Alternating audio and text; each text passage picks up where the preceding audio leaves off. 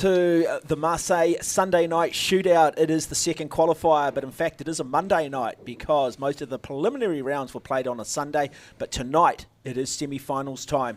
Looking forward to this. Two youngsters in action. One of them is up next. Kieran Dempsey, just 17 years of age, out of Hamilton Boys High School, taking on Marco the Shark Teutscher, the man from Eindhoven, one of the best cueists in the world. The second semi-final following this will be Sullivan Clark up against Deon Rawlings. Now, the format tonight is 9-ball. It is the first to 7 frames. We've got Jimmy, the Professor Henry, alongside of me, bringing you all the expert comments. Evening to you, Jimmy. Good evening, thank you.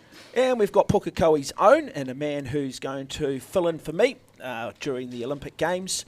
Local here in Pukekohe, Dale Budge. Evening to you, Dale. Welcome. G'day, mate. G'day, guys. Yeah, nice to be here and looking forward to it. You've been around a lot of sport, Dale. You're looking. I mean, this is different, isn't it? It is different for us, but I've got to say it's incredibly well presented, isn't it? Absolutely, mate. I have high school memories of coming down here and you know, playing pool with your mates over a couple of beers, and it's kind of neat to be here and see how professional this is laid out, and really looking forward to seeing some of the best in the country. Okay, let's introduce our two players for you. As we said, we've got one of the very best in the world, and we're privileged to have him in the country, Marco Teutscher, the man simply known as the Shark from Eindhoven. And look at that, the 2019 US Open champion.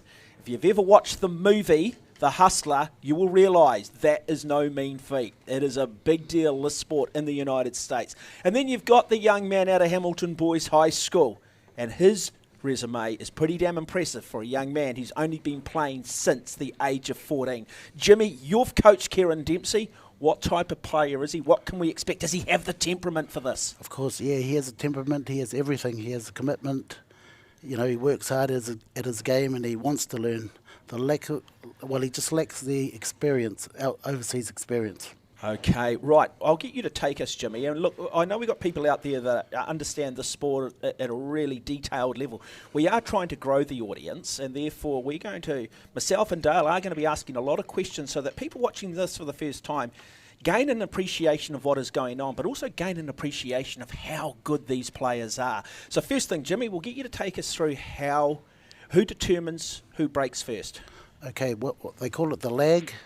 So both players will step up to the table. So we will ask both players to come to the table. And what they do is they run the ball up and down the table, and the closest one to the end cushion decides who breaks. So they call that part of the table the kitchen. Okay, so everything, where their hands are placed, everything behind that balk line, that line across the table is the kitchen. Okay, so they'll hit the ball up and down the table, and the one closest to the rail will decide. Looking fairly even, isn't it? And who's going to get it? Who's going to get it? And I think we might go to the youngster. I think... No, you'd have to get the... Teutscher. I think Teutscher concedes and says, well done, young guy. So he wins the first little battle. Does he win the battle? Of course, yeah. It's an advantage to break. You know, you're getting a good start here if you get balls off the break. Okay. Now, in terms of the way the balls are set up, clearly the number 1 ball goes on the front. We've got the number 9 ball in the middle. The rest of the balls, can that be in any order? Yes, yeah, they're just put in there randomly. Okay, so here we go, looking to start across on the right-hand side of the table. So first opportunity to Kieran Dempsey. And I certainly saw the 8 ball go down, so good start for Dempsey. And just for people at home, again, just explaining the rules of 9 ball. Okay, so no matter what ball goes in off the break, he has to play the lowest ball first, which is 1 ball, and go in order. Lowest to the highest. Whoever puts the 9 ball wins. You can put the lowest ball onto the 9 ball and win the game. Okay, and the one thing that makes this game unique to other games within Q Sports is flukes are allowed. Yeah, flukes are allowed, but it's a much harder game than 8 ball or any other game. Because there's only 1 ball to get position on, you know. An 8 ball, you've got another 4 or 5 balls to get position on. Okay, so not deciding to pot, looking to maybe just make this a difficult shot for Teutscher. And he's got a lot of distance between the cue ball and the 1 ball. Okay, so he'll just pot this ball and come across the table behind the 5 ball, 9 ball. Maybe, but that looks the shot.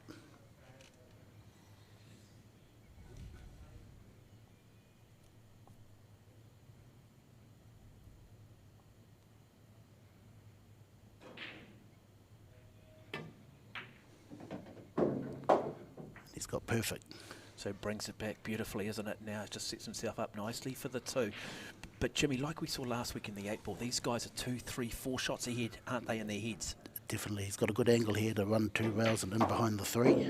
Or straight up there. Look at that. 1 rail. Perfect. So you're watching an absolute artist at work here. Okay, so the next shot's going to be one of the hardest to play, which is inside English. He's going against the roll of the ball. Or he might go actually 2 rails here. Okay, we'll just... So puts the ball down, plays 2 rails as mentioned. So we talk about the rails, we're just simply talking about the side of the tables here. And now Teutscher will come back and play the 4 ball. And you can just sort of sense he's got this mapped out. First phase, second phase, third phase, if we were to use rugby terminologies. Okay, he's going to put that white ball exactly where it is now, or near that area. Look at the spin on that. Just beautifully played.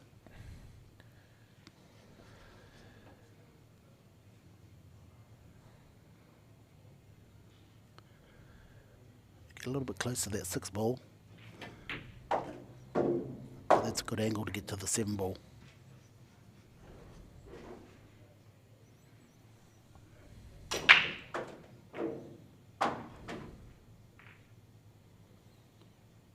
Screw back. Dale Budge, I sat there in silence the first time I watched this guy play too. Yeah, this is phenomenal. You described him as Rembrandt. It does look like a little bit like an artist, doesn't it? And that 9 ball should go in the same pocket. So you just see the spin he puts back on that, comes off the cushion, and look at that, just sets up. And all Kieran Dempsey can do is sit back, watch, and hope that he somehow leaves the door open. But that is the first frame in the race to 7. Marco the Shark Teutscher from Eindhoven does it comfortably. Geez, that's outstanding, isn't it? I mean, hearing Jimmy sort of talk about where you want to leave the ball, and it's almost textbook, he does exactly as Jimmy is describing. And not a lot that Dempsey can do there, really, is there? I mean, did he make the right decision with that first attempt? No, he didn't. He just didn't play a good enough safety. You know, with Marco coming to the table, you have to actually... And that's part of this, isn't it? And we saw it a little bit. I'll talk about the football this morning, the European Cup. You watch teams initially in that first 5 minutes, a little bit shaky, but too much weight on some of the passes because of the adrenaline, because of the crowds. Yes. And I would imagine for a young guy here, television cameras on, it's lights, it's a beautiful setting. He's got to learn to deal with that, the that's peripheral. Right. Yes, and that's what he lacks, you know, that experience. Overseas experience, tournament experience, that's all he lacks. Okay, so Teutscher, he's coming across. Notice he takes the opposite side of the table for the break. Now keep an eye on the white ball here with Teutscher and where that white ball finishes. Usually that corner ball. Do have separate cues for breaking.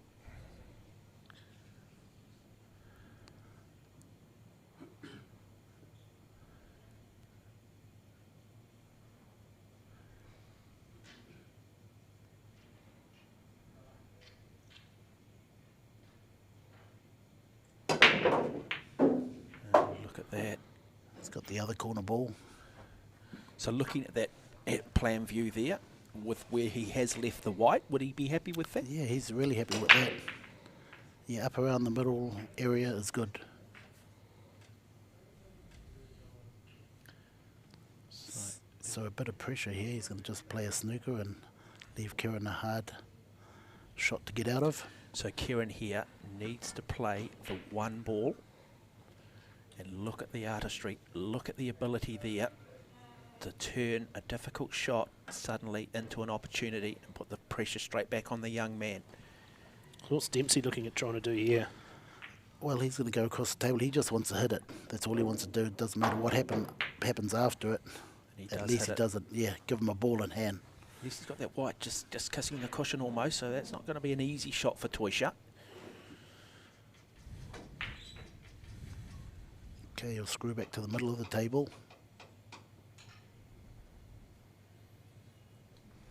So he wants to get about right to the centre of the table, so when he plays the 2, he can come back to where the white ball is now.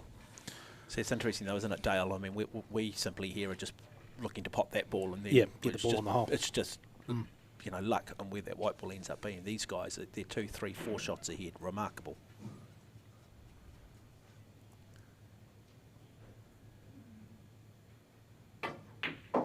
Nicely played, and look at that, Jimmy calls it. Just comes off that rail. So now the 2 there, but more importantly, where's the 3? What does he need to do with the white? The 3 is at the other end of the table. Okay, so he's just going to put this 2 ball and make the plant on the 3 ball to the 4 ball. So he'll bring the white ball back, and then just the man from Eindhoven. Wonderful player. Ladies and gentlemen, that is just textbook. That is just simply wonderful to watch. Doesn't even look remotely phased. I say it every week, but I do encourage people to have a good look at his face. If you meet him in a pub and he wants to pay you for $10, walk out. Walk out. Nicely done it. Has he left himself a little bit of work here to do, though? Yes, he has. Yeah, it looked like just a sign of frustration there, didn't he? Just not quite what he was hoping to do. Yeah, when you play a plant, there's always a little bit of something that could go wrong. You don't quite get the control of the white ball. Yes, that's right. Yeah. Okay. Now he has to hit this thin. Well, he's going to play a safety here.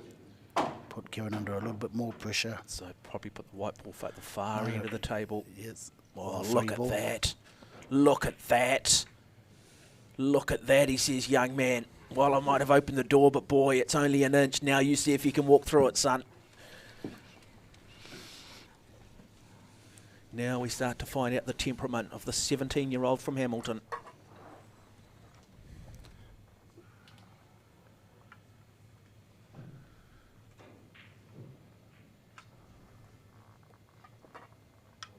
Okay, he's going to jump over this ball. He just wants to hit the 3 again. The worst thing you can do is give ball and hand away. Nicely done. Any luck? Yes, there's a little bit of luck, I think. Okay, so no luck at all. Not enough, just need a little bit more weight, Yes. didn't he, just to try and snooker. Teutscher. Okay, a pretty easy, relatively, easy run out here. 3 and 5 are easy. Once he gets down to the 6.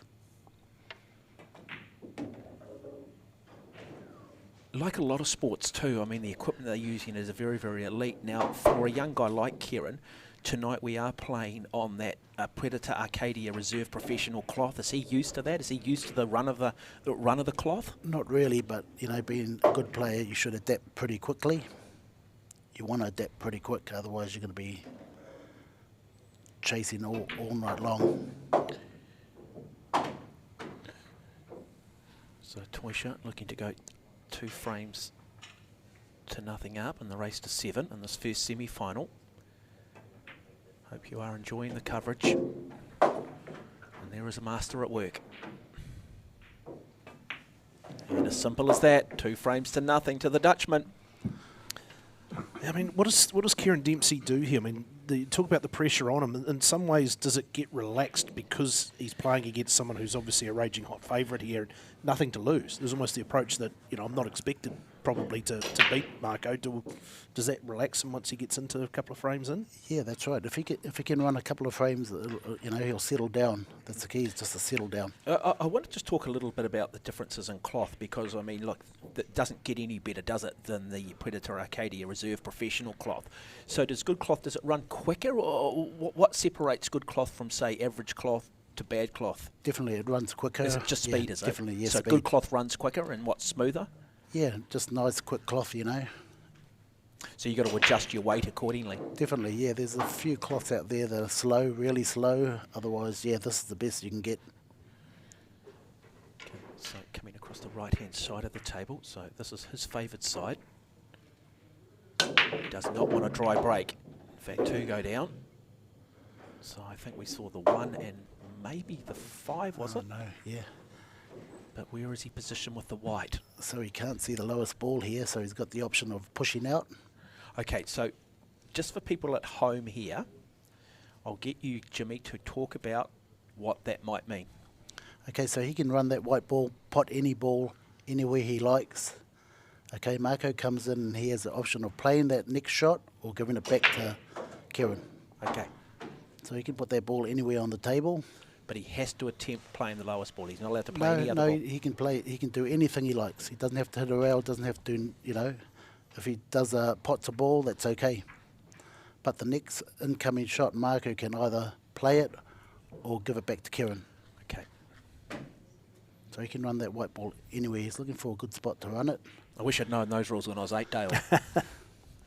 So what are his options here then, in terms Well, of sinking something and then... Yeah, well, it's quite hard to, leave Marco any shot.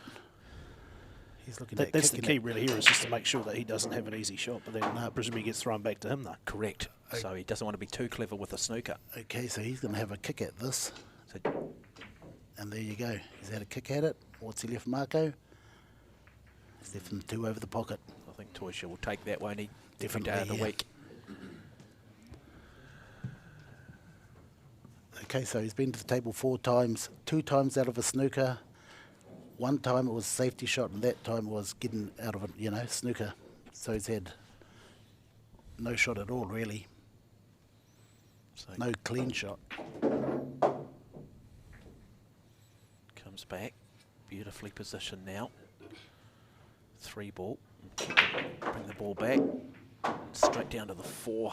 Wow, he makes it look easy, doesn't he? The combination of different spins and the screw that he puts on that white ball. Cue ball back to his hand, near his hand. Perfect.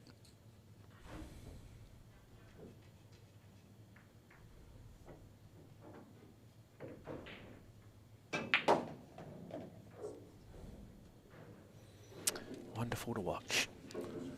If we do encourage people, if you are watching this, and check out the dates, go to the Marseille Facebook page, find out when the next qualification tournaments are. Pukekohe is the venue. Come along, watch some of the best in the country, some of the best in the world. What else to do on a Monday night in Pukekohe? Come along and watch. Wow, it's remarkable, isn't it? Great quality sport. So, Teutscher to make it 3 frames to nothing. And just like that. Hasn't missed a shot yet. And so, also too, just want to acknowledge the fact that not only are they playing with the Predator Arcadia Reserve Professional Cloth, they're also playing with the Predator Arcos 2 balls. Now, I had a little bit of a play with these earlier. And are they waxed? Yeah, they're cleaned. Yeah, they are waxed, and yeah, they do react differently at the start until they're well used, and they'll start playing. Using the cricketer now, it's a bit like taking the shine off a ball. That's right. Yeah, exactly. How long would you use a set of balls before you either put some more of that on them or you change to a different set? Yeah, usually every tournament they wax the balls and clean them, and yeah, the first few shots are a little bit difficult. Got to be very careful. So what makes them difficult? Just slippery? They just slide a bit more? Yeah, they slide a bit more and they react a bit more. So on the angles. Okay, so here we go. Teutscher going across his favoured side. Keep an eye on this white ball. See where he positions it. Great aerial. Wonderful job from Michael, our director. 2 ball in the corner. Wing ball, they call that. There you go. Look at that. Got a couple, didn't he? White ball further up the table. He probably won't be that happy with that, will he? No, but he's always got some sort of shot to get out of it. He always plays the right shot. So the 3 ball. What does he do here? Does he play safety? Or does he back himself? We might just get an aerial shot here. Just let's get a plan view again. Just have a look at the spread on the table and look at perhaps what some of the obstacles are.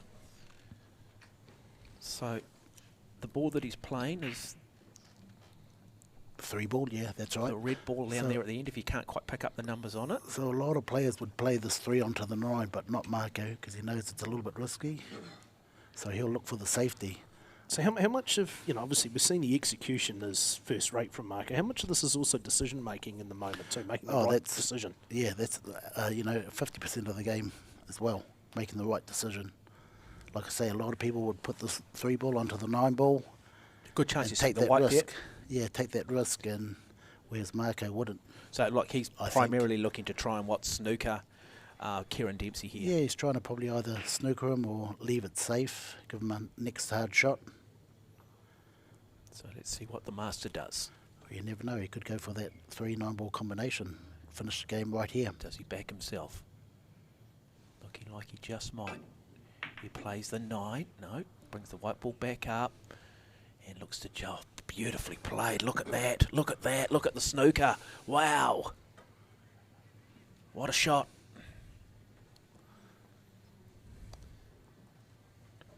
Gee, that's tough now, isn't it? Very tough, you know. It's another. How good a shot was that? Oh, that was great. Yeah, great shot. He knew he had to get back behind that I reckon, wall. Jimmy, you would have gone for it. You Well, just said you I would have think gone for it.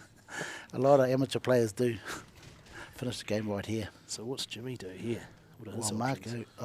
Kieran. Kieran. Off the back and kick into the 3. Again, he just wants to hit it and hope for a bit of luck. There you go. Any luck? No luck. Ouch. Okay. No luck at all. He said. If you used to play that shot again, if you could wait for the Dutch master to put this down, but if you could go back and replay that shot again, would he have played it with less weight? No, he would have probably played it the same. The door just hasn't been open at any stage No. tonight, has it? For No, Kieran he's Dempsey. had to get out of 3 snookers. He's had 5 shots at the table.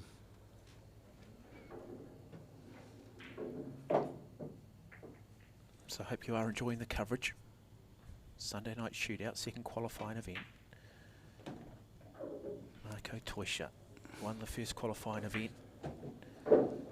It's privileged to have him in the country because what he does, he sets a standard and says this is the standard you've got to reach. And sometimes all you need to be is exposed to that standard, and that's something that New Zealand players have been lacking in recent times. As he just cleans the table. We talked about the kitchen. Well, I tell you what, he's clearing the table, isn't he? And there you go, 4 frames to nothing, Dale Budge. Yeah, this is an absolute clinic that he's putting on. Yeah, definitely. He hasn't missed a shot yet. Not, yeah, everything he's intended to do, Well, he's yeah, done. that's right, Absolutely. yeah, Yeah. Execution has been absolutely spot on, hasn't it? Yeah, he hasn't let Kieran, open up his game yet. It's interesting, though. One thing I did like is prior to this, I saw Marco and Kieran playing, and you just sort of get that Marco's happy to impart as much knowledge as he can on these young guys. Oh, definitely. There's yeah, no he's- ego there. He's happy, he's not going to he's happy to open the door and say, hey, look, you learn from me. And that's what you need, isn't it? I mean, I always say this, and I use this analogy, that no one thought you could break 4 minutes for the mile. Suddenly, Bannister, and then a week later, That's right. everyone, John Landy and the whole lot break it. Suddenly you get a guy, everyone lifts, say, hey, we can do this. Yeah, and it's, New Zealand pool is growing real quick. The players are getting better. Definitely better with Marco here. Okay, is that a better break? Okay, Let's this have a is wee a look. chance. That white is probably just a little bit further. In fact, there it is, that one ball. So sometimes just the light coming off the table. But it's more about what he then does with the white ball here. Remembering the second shot is the 2 ball, which currently sits in the middle of the table, opposite to him. And he is surveying his options. Okay, a little bit tricky here because he's got to avoid the 4 ball. So he'll go in behind maybe the 4. We'll just go and have a plan view of the table if we can, just so we get an idea of where these balls are positioned. So it's the yellow ball just on the kitchen end of the table behind that balk line. Yep. And then it's the second shot down. Yeah, so he just wants to avoid that 4 ball, I think. Maybe kiss into it. Hold it up. He pockets one. Oh, He look at sinks the that. wide. Wow. How unlucky can you get? Unlucky. It's unfortunate. Yeah. And one thing you can't do is even leave the door slightly ajar for the man from Eindhoven.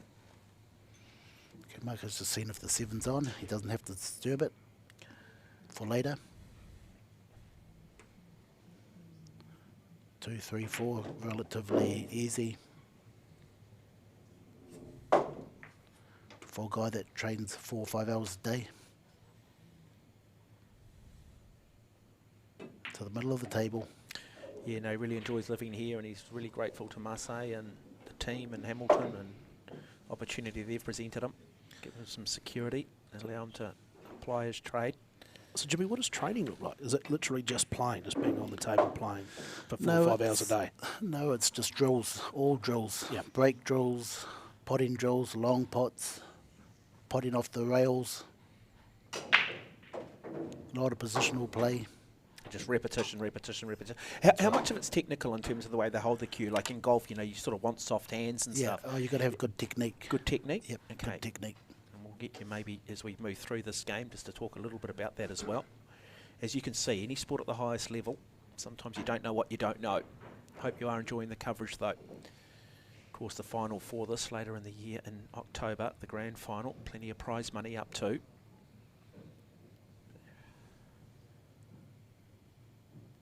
That's a great technique there. Cue straight, under the chin. Keep still as he plays the ball. Look at the weight on that. Look at the weight on that for the 7.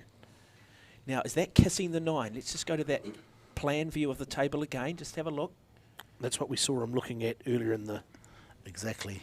You know, he thought frame, about right? 4 shots before. So what's he looking here? So he knows he's going to touch the 9, is he? He's going to play, basically, the 9 is going to be moved. But it ain't going to be touched. He'll put the 7 before he touches the 9.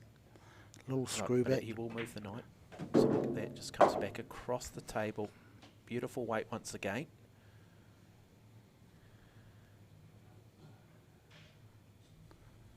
Okay, he's going to play the 9 ball for where the white ball is.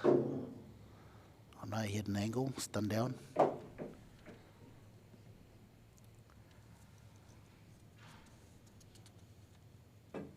Easy 9 ball. Just like that, 5 frames to nothing, 2 frames away from taking this first semi-final out. Don't go away, ladies and gentlemen. We've got 2 of New Zealand's rising stars in the second semi-final. Sullivan Clark taking on Deon Rawlings.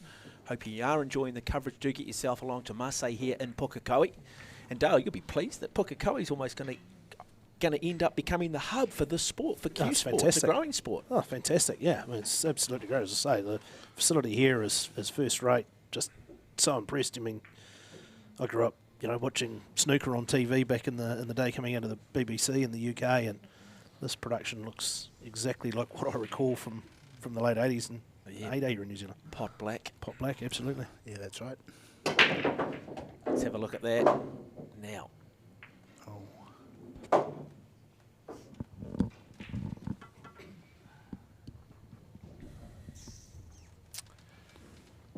Okay, so a little facial expression says that, you know, he maybe thinks he's got a little bit of work to do here. Yeah, he has. The first shot is a very hard shot into the middle pocket. A little bit risky. If he thinks it's too risky, he won't play it. And that's it, isn't it? I mean, it's a bit like that, the guy at the table with the hand cards, you know, like, do I roll the dice here? Do I play the percentages? Exactly. And it's the discipline, isn't it? Yes. It's the old gambler song, isn't it? You've got to know when. What is it? You want to sing it to me, Jimmy? No, I can't sing. You know. Know when to hold them, when to fold them. Yeah, you got to know when to hold them, fold them. Yeah. Kenny Rogers. Yeah. There you go. That's not too bad. That's good. Not karaoke night, though.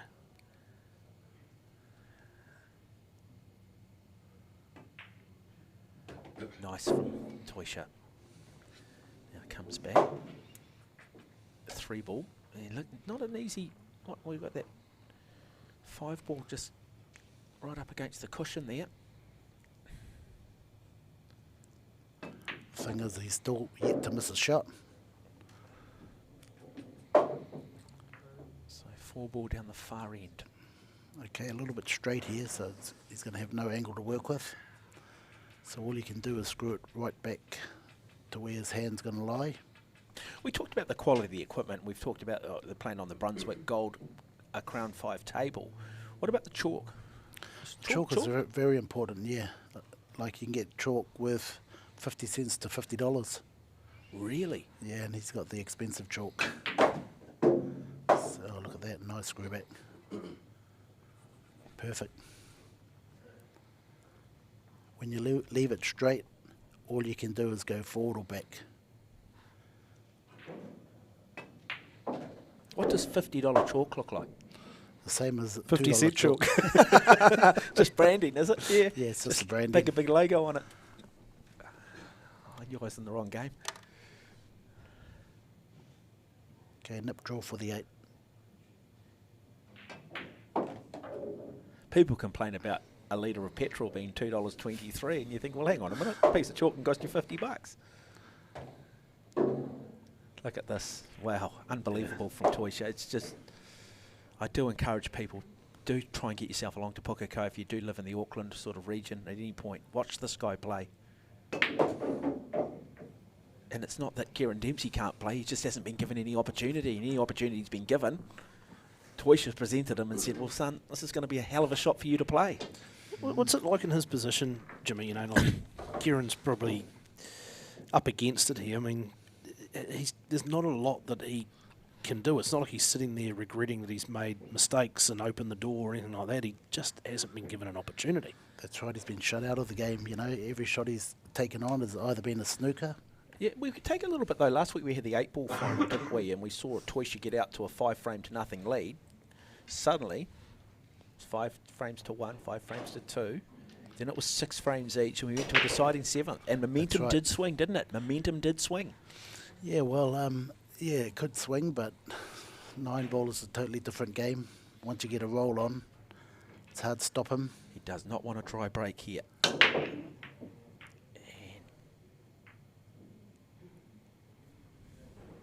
He's been totally shut out. And again, a dry break, so nothing drops. Teutscher, what does he do here?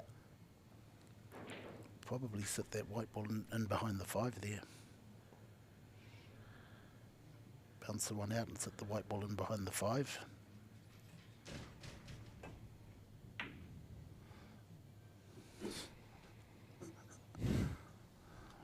Look at that. Wow. Superb, isn't it? That is just hard work. That's the best. All you can say. It's just hard work, isn't it? You know, it's those small percentages. So what options here does young Kieran have? I think his only option is to either jump it or just off the top rail and back down. A little bit too close to jump. So he's still in his final year at school. So I'd imagine that next year he's out of school. That means that he can really apply himself even more because he's got more time? I think he's going to have less time because he's going to be a policeman. So, okay. Yeah, I think he's going to have less time.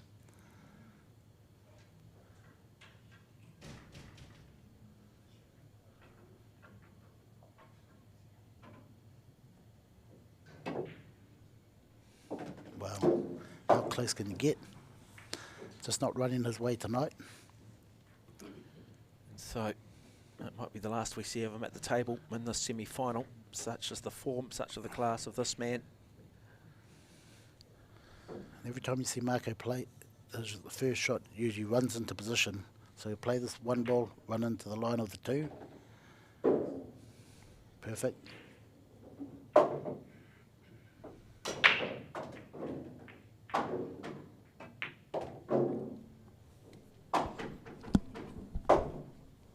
It's all over, folks, I think.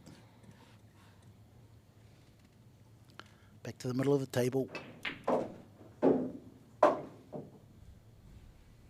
That's exquisite, isn't it? Okay, the same sort of shot to the middle of the table. Perfect.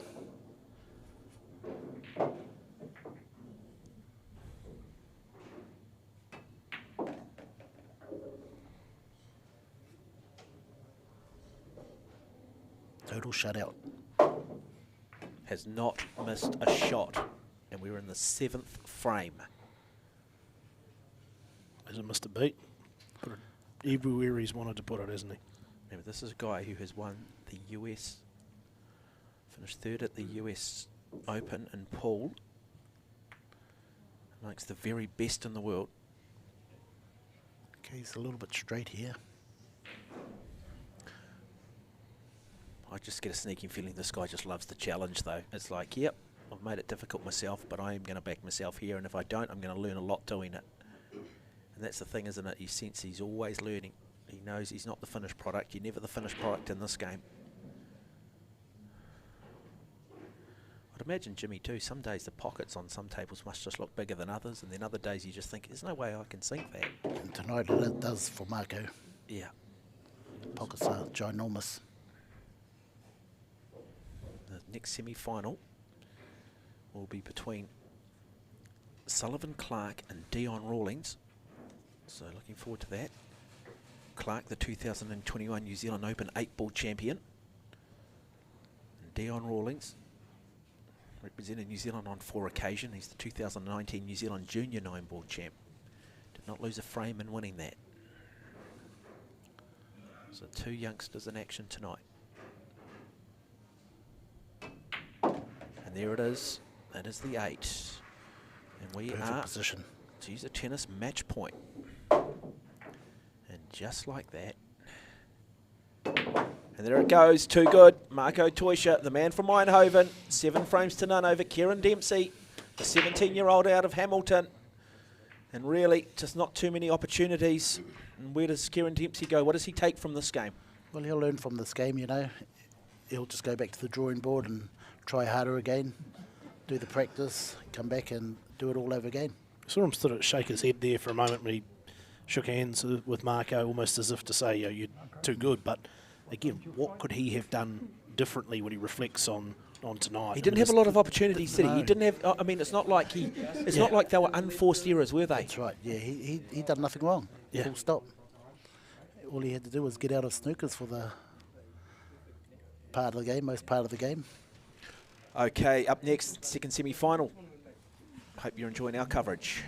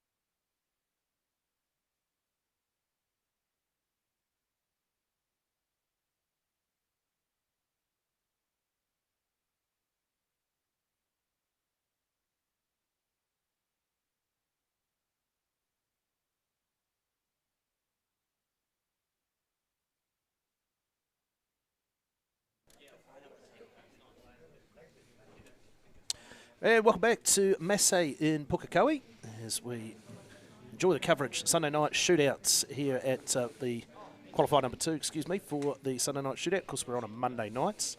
All the round robin play through Sunday.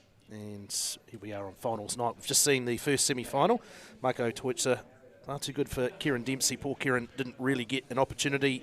Jimmy Henry, the professor, nice to have your company, mates, and really it wasn't a lot to be said for poor Kieran in that first one, a pretty one-sided frame, a one-sided match. What do we expect from the second semi-final? Sullivan, Clark, Deon, Rawlings, 2 young guys going head-to-head from Auckland. Yeah, thank you, Dale. This game is going to be a real interesting game as well. Sullivan Clark, one of the best QS in New Zealand, one of the best, I think he's got the best technique in New Zealand as well. And Deon Rawlings, a young player that should have been here years ago. He had a bit of a rest, but now he's back and he's playing really good pool. Right, you can see on the screen there some of the stat lines for both of these 2 players. 2 Aucklanders, as we said, Sullivan Clark from Central Auckland and Deon Rawlings from West Auckland. So all Auckland battle, and both of them with a lot of success here in New Zealand and further afield. So looking forward to them. 2 players will come up to the table and we will see them decide how this match is going to start. Do you want to just talk us through it? I know we did that in the first semi-final, but talk us through again for anyone that's just joining us how we decide who breaks. Okay, folks, this is called a lag. What they'll do is hit the ball up and down the table, and the one closest to the cushion at the end, inside the kitchen, decides who breaks. And that looks like it's pretty clear-cut, isn't it? Yep, I think Sullivan won that, so he'll break first. So, I mean, we obviously say first blood. That is a... Definitely. Yeah. Yeah, you're at the table first and you control the game, from the break. You either pot a ball, control the game and decide what you want to do, and you have to get off to that good start, and that'll run through your whole game, really. Okay, so this is obviously 9-ball pool, and the first 7 frames head-to-head in this semi-final to see who will go through and play Marco Teutscher in the final a little later on. Looking forward to that one too. It was an absolute clinic in the first semi-final. You get the feeling this one will be a little more of a contest. Yeah, I think Deon should get a few more shots at the table, but in saying that, Sullivan's a very good player. I put him up there with Marco at the moment. He's put in a lot of hard practice, a lot of hard work to get to where he is now. All right, we'll see what he's got to get us underway. The first frame in the race to 7. That's right, okay, 9-ball. Always hit the lowest ball first.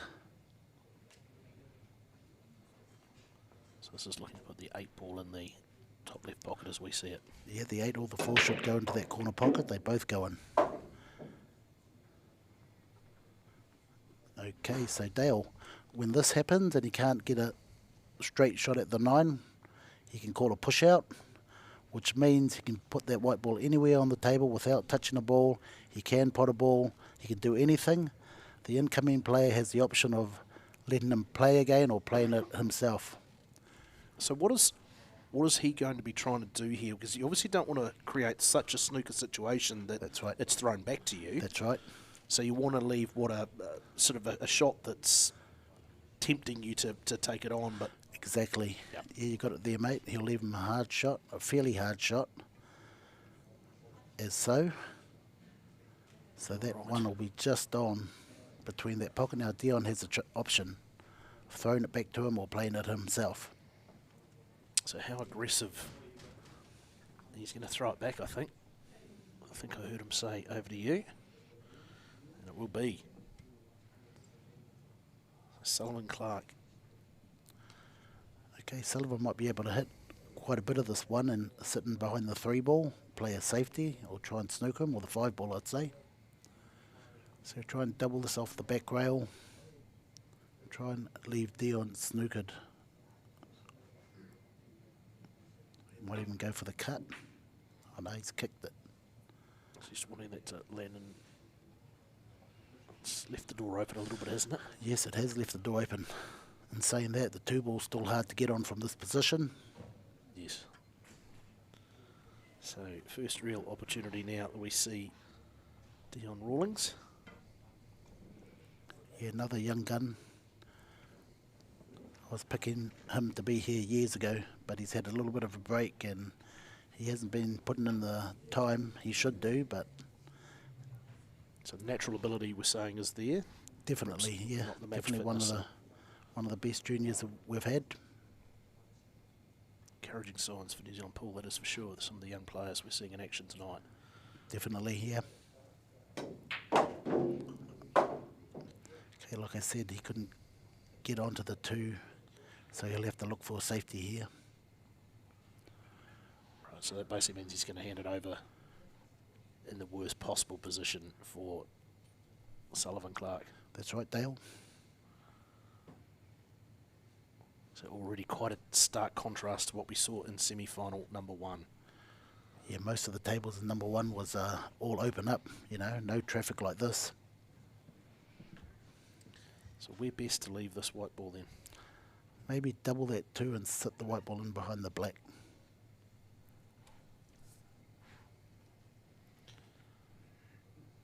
There we go, Deon Rawlings. So he might do a stop shot here and try and snook him behind the black. Oh, look at this. Oh, what a shot. Great shot. Wow. I didn't see that. I don't think anyone saw that coming. Deon Rawlings, big moment in the game early. There's a good chance for Deon to get off to a good start.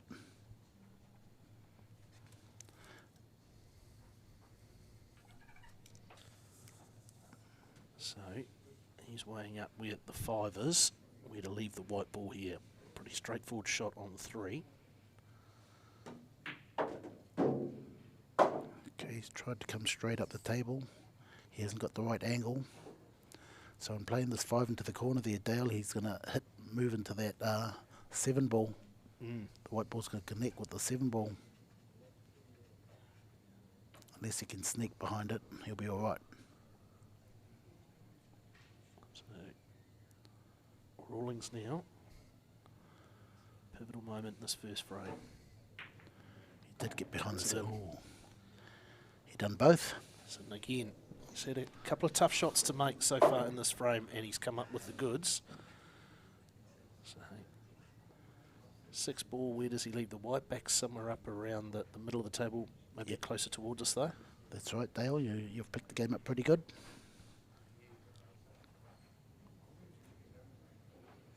Just got to be careful he doesn't snook himself behind the black.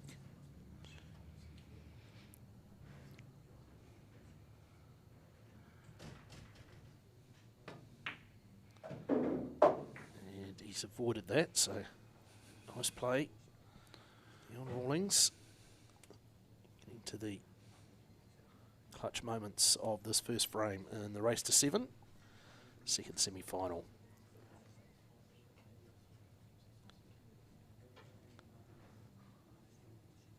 So obviously looking for the bottom right pocket as we see it. Want to leave the white ball, so he's got a shot on the black. Oh, and he's missed. Okay, so he's tried to play the right hand English, which is one of the hardest shots to play. You know, you're going against the grain playing that shot. And yeah, you do miss those shots. A lot of people miss those shots. So Sullivan Clark gets an opportunity that he probably wasn't expecting. Sitting there watching through this first frame. We're just concentrating on one good pot to win the game. And this is it. Yep, this is the moment, isn't it? Look at his technique, real still. Hours and hours of training. And like I said, I put him up there with Marco, and he actually beat Marco in the last 8-ball tournament. Just the difference between 8 ball and 9 ball for these players. I mean, does each player have a sort of a preference? Are they suited more to one form of the game than the other? Yes, a lot of people like 9-ball, love 9-ball. Much harder game to play. You can only get on the 1 ball. Not like an 8-ball, you can get on 4 or 5 different balls if you miss position. This one you have to be in position. So down goes the 8s, and now this is the task to take out this first frame for Sullivan Clark.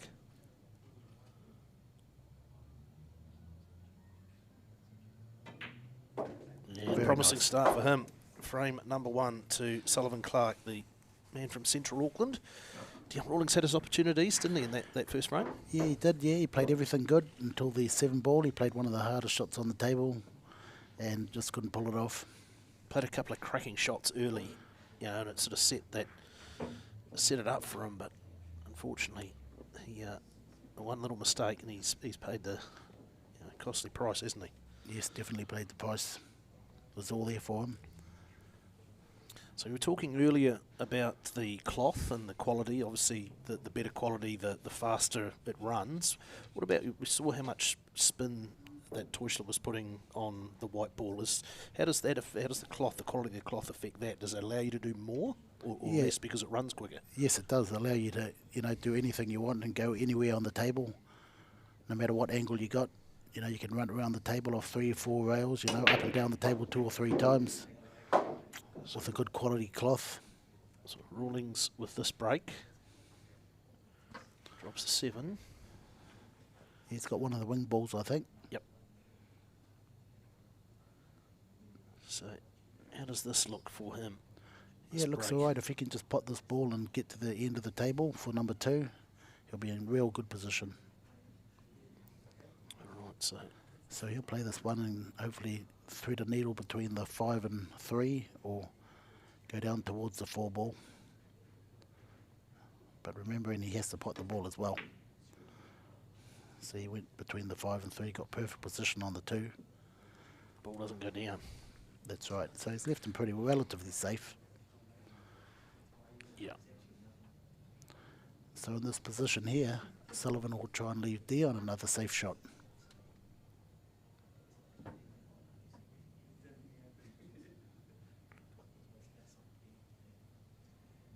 Again, not trying to sink this ball, that's what you're saying? You might have a go at it, try and sneak past the 5 ball, or, like you say, play safe. Okay, he didn't pull it off, did he? Quite get it, did he? So I think there'll be an opportunity there for Deon Rawlings.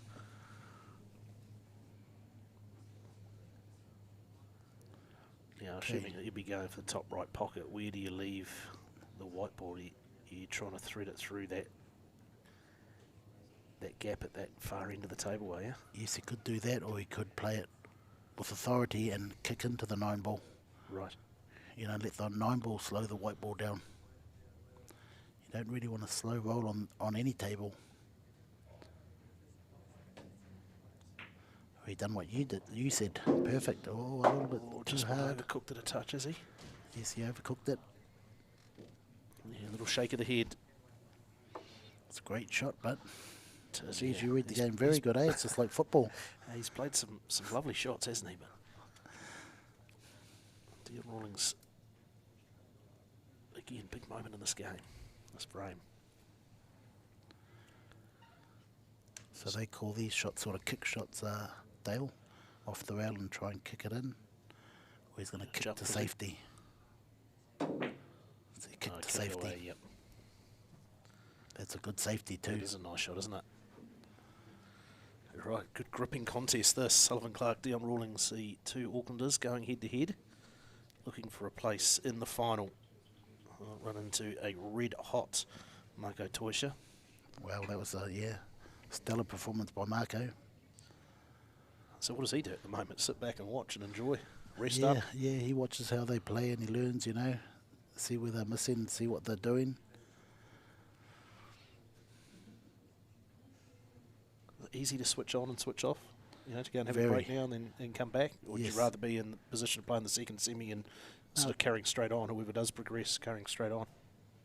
Well, it works both ways, eh? It's good to have a rest and sometimes it's good to, stay warmed up. Just imagine Marco going to his second game now. Oh, you wouldn't want to meet him. That's true. So here we go. Comes up with the miss. Okay, so what happens here, Dale, is he gets to put the white ball anywhere. If you don't hit the ball, you get penalised ball in hand. So there you go. That is massive advantage. Where does he? That's right. He's already thinking steps ahead here. Okay, he just wants to avoid the middle pocket here. Don't go in off. Play the right amount of spin to go wide for the 3 ball in the other middle. The opposite middle. Or the corner. He's played a little bit too soft. It's not too bad. Might get away with it. A little bit too much angle here to just touch it and run for the 4. Yeah. So what are his options now then? I think Where he do you can want to hit leave that white? Yeah, I think he'll just try and sit in behind the 4 there. I know he looks like he's running forward. So the 4 might go into either corner. Okay. Just deciding what's easier. Yep, behind the 4 would be easier, I'd say. He's going off 2 rails, doesn't know where it's going. That's not ideal, I wouldn't have thought. Maybe not too bad. Not too if bad. It's on, yeah, if it's on, it's in. Tough cut, but he's going to lose the white ball. The thinner you hit the object ball, the quicker it's going to take off. So he's got no real control over it. Right. So he's hitting this thin, he can't do much with it. He can just let it run around behind the 5 maybe. Here's Rawlings. Cuts it in. Oh, that's Good great option. control. Great Yeah. control. Nice execution on this occasion from Deon Rawlings. So 6 up against the cushion just about. So what he wants to do here is sit on the side rail where the 6 is. Yep. That'll give him a good angle to put the 6 and get out for the 8. Best to sit on the rail would be the better shot. And he has. That's Perfect. exactly what he's done, isn't it, Jimmy? He wanted to be a little bit closer to that 6 butt. And saying that, he's got a great angle here.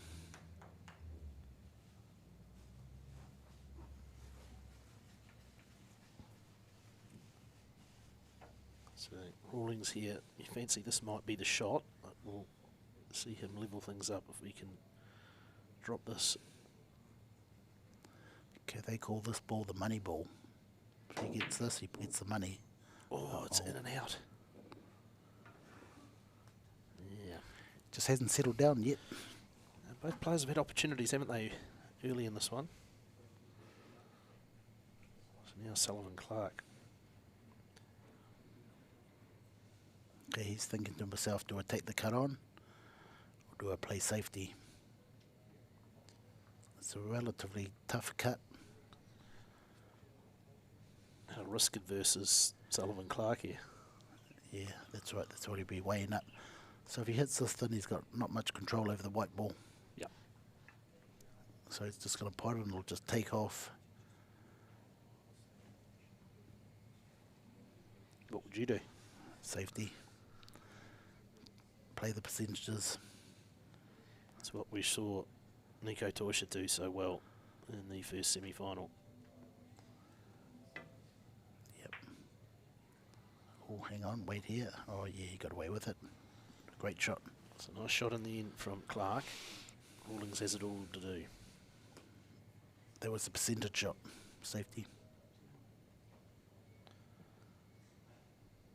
Thinking jump, is he? He's thinking of it. Yeah, it'll be quite hard to hop over that ball, but he's going to try it. Here we go, folks. So, Close jump shot. so we're seeing him swap cues.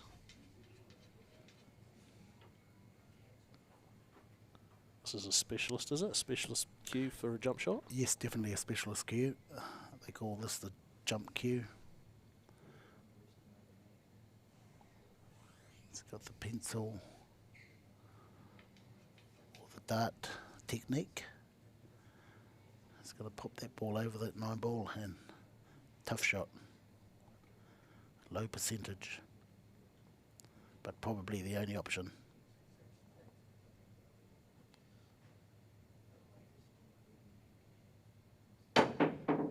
Wow, that was almost. so close, but he got away with it. So that's not actually worked out too badly for him, has it? Yeah, that's great. Yeah, it's worked out great for him. It would have been a great shot if it went in. Gee, it had a chance too for a moment, didn't it? Off both cushions and out. Rattled around for a moment. So Sullivan Clark's options here now. Yeah, he has to just come behind and kick it. He's trying to probably work out where he wants to kick it. How much of the 6 ball he has to hit. Usually when I play this shot, I just make sure I hit it. Yep. I don't care where it goes. A little bit of luck like Deon got might come into it. Gee, fascinating frame this, isn't it? It's taken an age to play. Both players have had chances. Yeah, this could be a 2-hour game.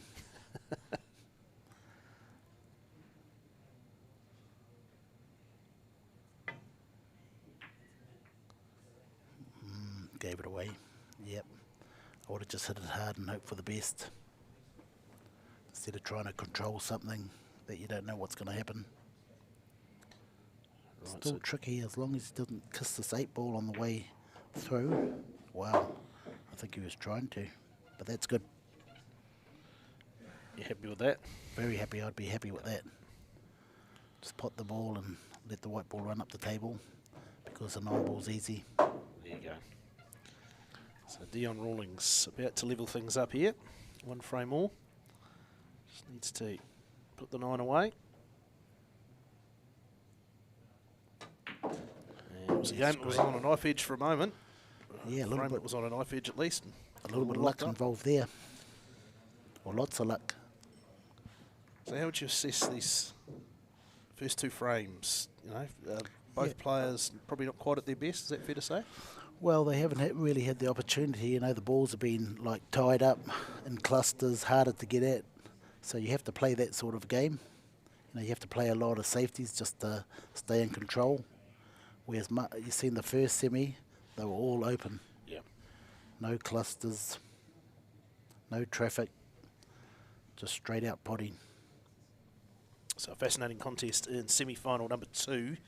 Sullivan, Clark, Deon, Rawlings, the 2 Kiwis, 2 Aucklanders battling to see who will progress to the final a little later on this evening. Already seen Marco Teutscher demolish Kieran Dempsey, young Kieran Dempsey. Looks like he's real talent, but just wasn't given a chance in that first semi-final. Much different story in semi-final number 2, though. And it'll be Sullivan, Clark on the break here. Okay, breaking from the side of the table, where the wing ball usually goes down, the 7 or the 3. There you go, straight in the pocket, straight in the middle of the pocket. What do we see go down there? A couple at least. I mean, 3 balls I think went down then, didn't they? 2 balls, 3 balls, yeah.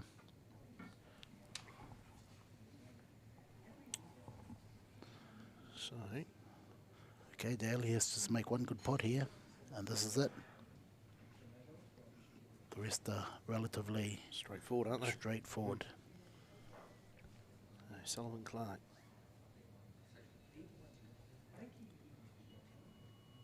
Okay, let's see how he plays this. Just rolls it in, probably.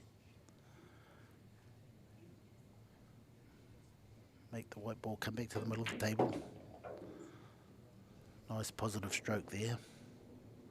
Look at that, right in the middle of the table.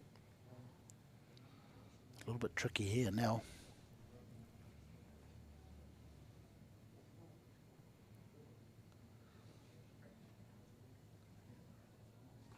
Oh, sorry. Yeah, he's got the 3 ball. That's quite easy. So he wants to bring this white ball back out of the kitchen, back to the other end of the table. Yeah, Other just side where of the that line is. Perfect. By the balk line. Yep, Look at that. perfect. Lovely. Now he's got a couple of options yet here. He can play 2 rails here, run forward. Come off the 2 rails, end up closer to the next ball, which is a 5 ball. Or he could just, Come out the side. I yeah, presume. come out the Right. opposite side, yeah. Just where his hand is he wants to be. Or he can sneak past that 8 ball, which gave him a better angle. Perfect. So far, so good for Sullivan, Clark in frame number 3.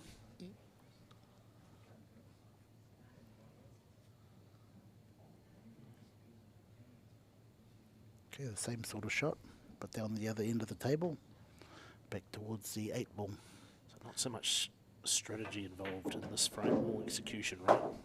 Very much. Okay, so this is the same sort of shot again. See where his hand, he places his hand on the table, that's where he wants to be. But those last 3 shots have been all the same. Where you strike the cue ball. So here we go, Sullivan Clark on the 8. Pocket sits. Okay, he's not hard enough, so he didn't get down there. Now he's got a 90-degree cut in the corner pocket, right corner pocket. So a little bit of work just to finish this one off. One of the best techniques in the game, in my opinion. Look how still he stays after the shot and through the shot. Look at that, not even one movement. Beautiful. And there it is, Sullivan Clark, who's 1 up, 2-1 in this race to 7 in the second semi-final. And you get the feeling he will feel a lot better after that frame. Oh, definitely, yeah, that was a break and clear there. So stark contrast to the previous one, which took an eternity. We were up and down pretty quick on that one. There's a time, it's coming up 8:45. First semi-final was lightning fast. This one's a real contest. We've got a ball stuck somewhere, have we? That's why you said when you potted 3 balls, I had a look and there was only 2 there. But then I counted on the table and found it. Far side, was it? Far side pocket, I think. There we go. You found it? Yep. So it doesn't just happen in the pub, it happens everywhere. Yeah. Lost ball. All right, so Deon Rawlings with the break in this 4th frame. He's going to go to the far side.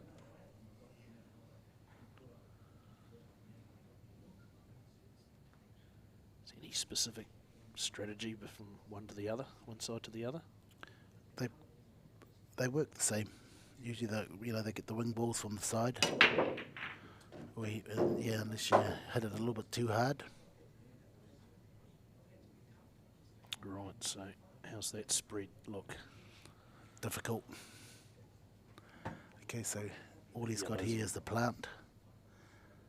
So a combination 1 onto the 5, you carry on because he's hit the lowest ball first. Yep.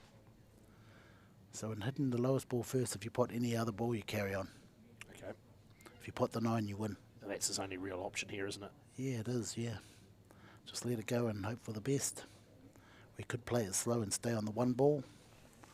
Make that 1 ball come out here and stay in the kitchen there if you place it slow. Like so. Oh, unlucky, a little bit too hard. Just a touch hard, wasn't it? You can still pot that 1.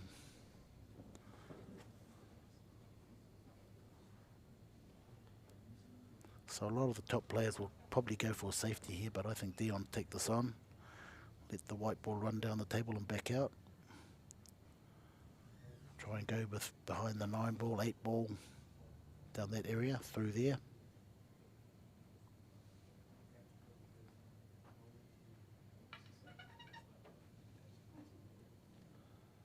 So Rawlings, what does he do? Okay,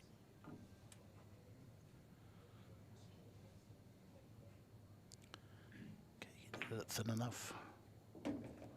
That's exactly what you said, didn't he? Perfect. Okay, that's probably the best he was going to get. It's a lovely shot from Deon Rawlings. This opens things up from now, doesn't it? He hasn't hit his best ball yet, but you can see it's about to come. Yep.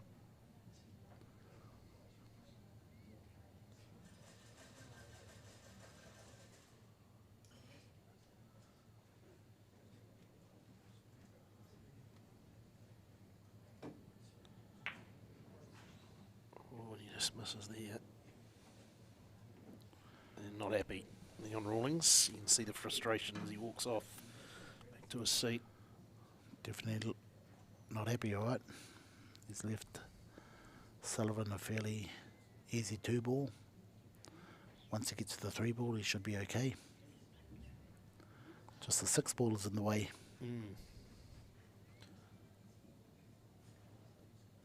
So where's he wanting to leave the white? Somewhere in the middle, I presume. Yeah, probably come back up on top of the 6, above the 6, or he can go in behind the 6. Yep.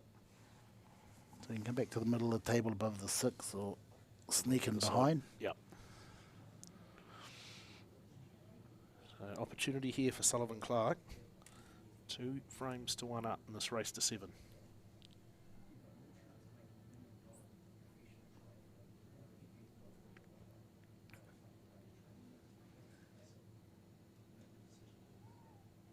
Down goes the 2 and he stops the whites. Good position.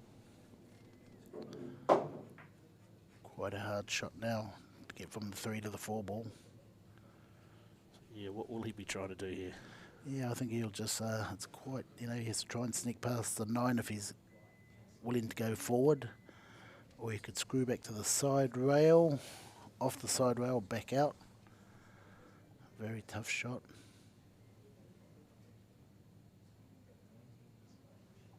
So here is Clark. He's Big going to moment. screw back off the back of the rail. There you go. He called it. Back out. Oh, unlucky. Quite what he was hoping to do. Might You get could see the, the idea. Might get the top view. Let's have a look at top. No, he snookered himself. Yep. There you can see it. So all he can do now is go off the back of the rail or side rail and kick it. Hope for the best. So this is really just the old hit and hope a little bit here now, isn't Yeah, it? a little bit of luck involved. Could turn the game anyway. Surveys his options. Here But we go. most of all, just hit the ball, Dale. Yep. And he does. Does well there. He's got away with it. Ooh. Yeah, that creates some. Well, I think that's Interesting cuttable. options. I think that's cuttable in the middle. The only thing here he's got to watch out is if the white ball goes into the bottom pocket. Yeah. So he's Deon Rawlings now. Just has a look at that option. Can he cut into the middle pocket? Ensure that he doesn't sink the white down at the far end of the table. Okay, is he looking for a double off that 8-ball?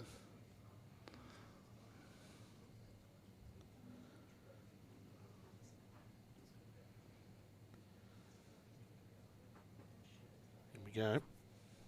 Okay, looks like he's going to double it down. Certainly appeared that way. Not the right option, you don't think? No, well, it worked out worked all out right. okay, isn't yeah, it, it's really? worked out good. So now we've got a little problem there with the 8-ball and the 9-ball. It is going to create some difficulty. Yeah, you can pot the 4-ball, pot the 6-ball, but how are you going to pot the 8-ball? So what they'll try and do here is probably move that 8 around. Maybe nick it here and leave the 4-ball in behind the 8-ball and run the white ball up the table. Can't say it too loud because you won't hear me. Or you could even play that 4-ball off. Off the 8.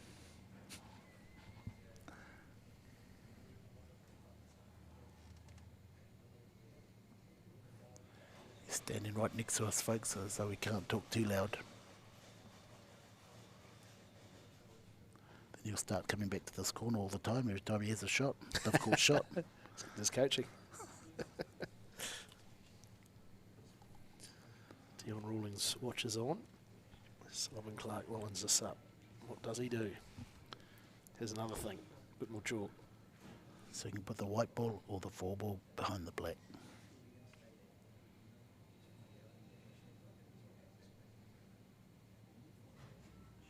Or you could play it off the 8.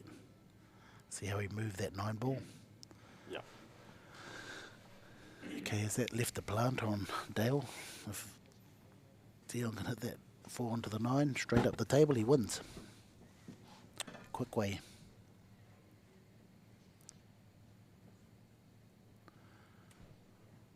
How aggressive does Deon Rawlings want to be here? Very aggressive. Take it on? Yeah, he will do. He's that sort of player. He's talking to surveys it. Trailing 2-1 in the race to 7. Okay, so he can just nick the edge of that 4, I think.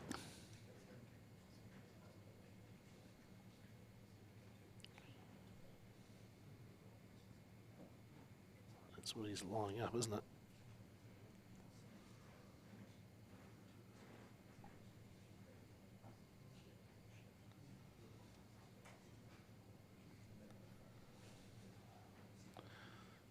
If he gives away a ball in hand, it's probably, you know, all over.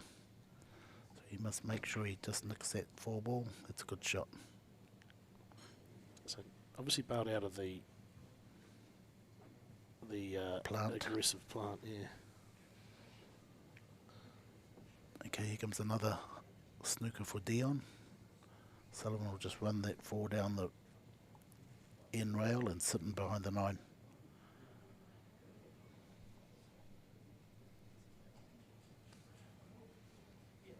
Fascinating battle, this. Definitely, eh? It's been nearly half an hour. They've Yeah. only played 3 frames. Real Only, battle of strategy exactly. in this Only, frame, for sure. yeah, only because the ball's been tied up.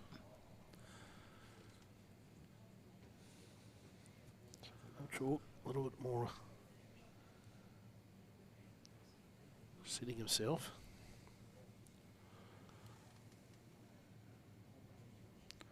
Do a snooker safety here, 2 rails. Back up the table with the white ball. Good execution. Yeah, pretty good. Right, so now Rawlings. Gotta look to cut that in. Too risky.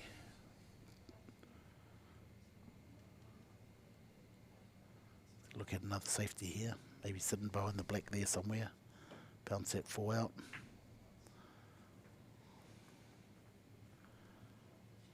I think he's left it open. Maybe if we have a look at that overhead shot again, we'll just see this. Close. Close, isn't it?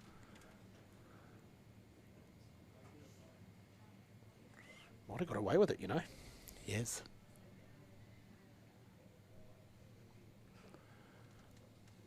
He's going to jump too. The old jump cue out. Right.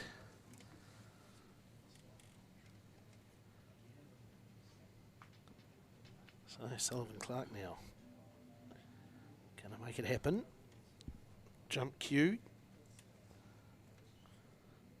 The moment you'd fancy of this frame, at least, anyway.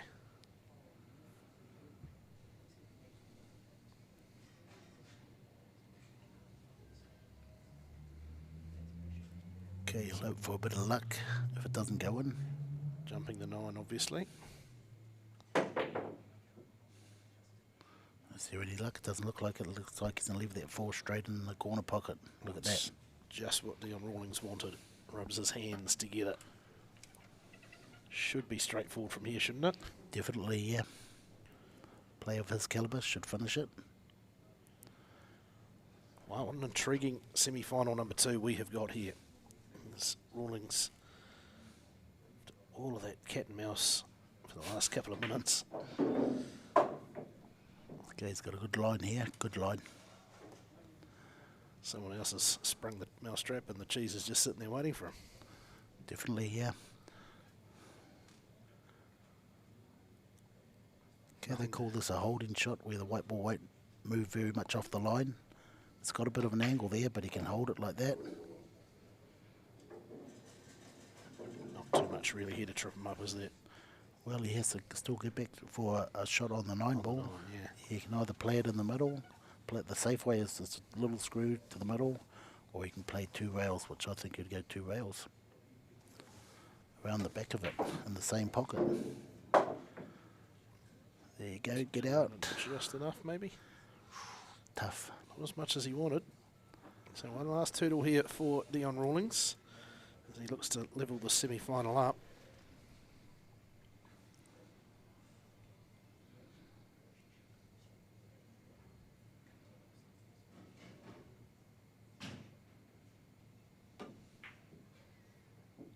And he's got the answer. And a happy Deon Rawlings. Wow. 2 frames all. That was a great shot under pressure there.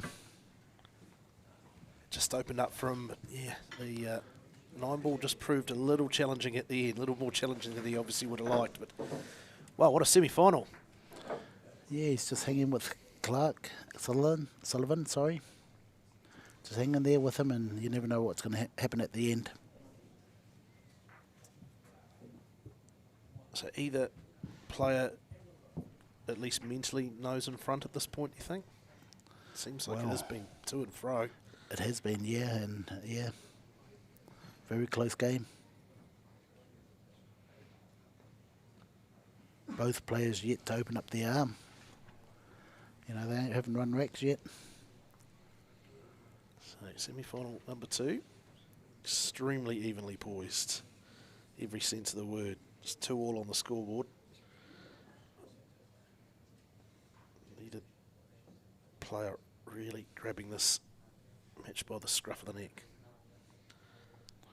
Okay, wing ball, 4 of the 3 ball, and the white ball, no, he's good.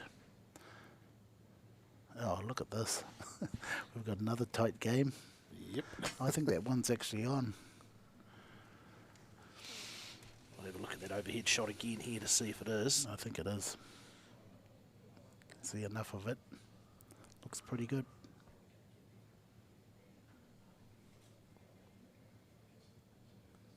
Okay, you can run forward and behind the black for the 2.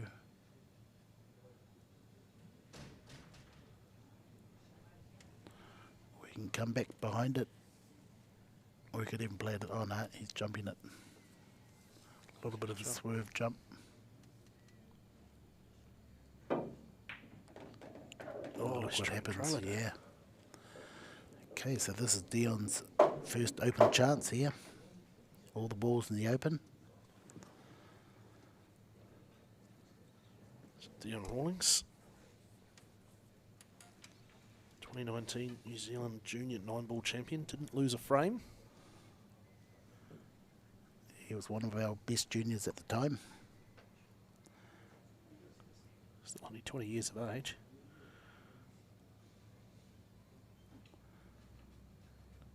Okay, first ball, always run into position. So it makes it 2 easy balls. Here's one.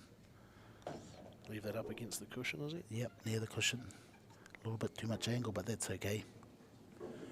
Should be able to slot that down past the 9.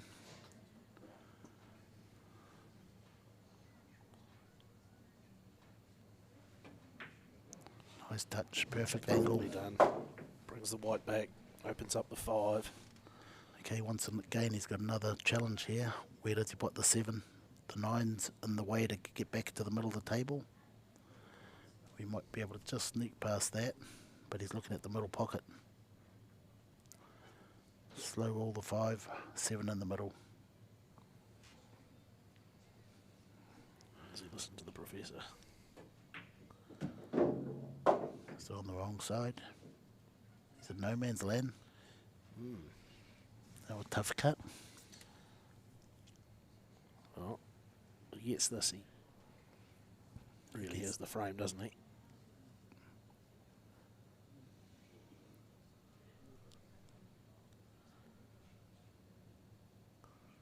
So middle pocket. 2 rails. Well, nice shot, nice recovery. Great recovery.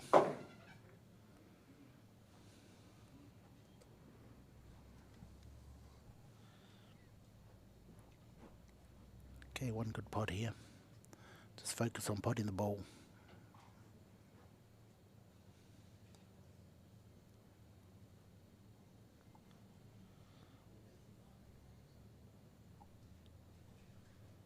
Sullivan Clark watches on.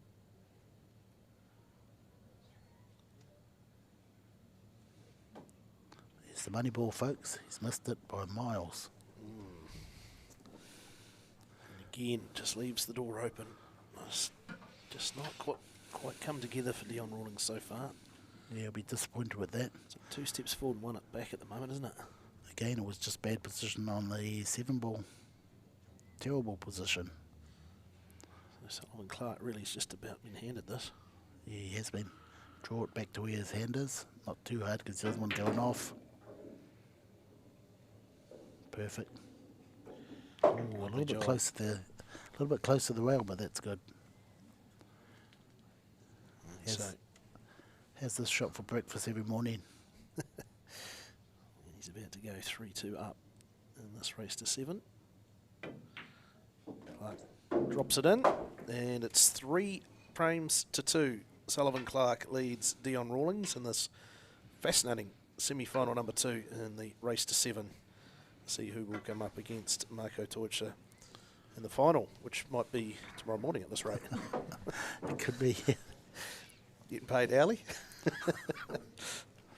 It's good contest, gripping stuff. Certainly entertaining. Yeah, Deon's there, but he's not. You know, he's playing really good, potting really good balls, hard balls, but he's just missing position on his last vital ball. Yeah, feels like he's done a lot of the hard work. Yes, just not exactly. quite clearing that last hurdle to get the reward. But the good thing about it, he's still in the game. You know, really in the game. So he will break.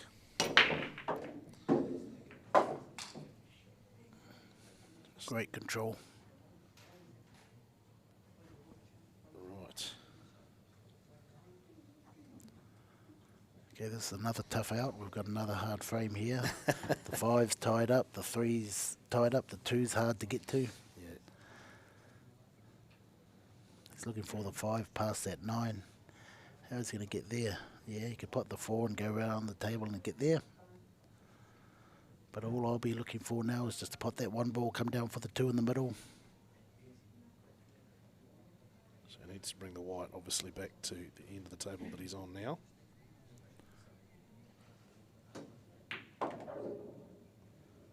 Good position. Lovely job.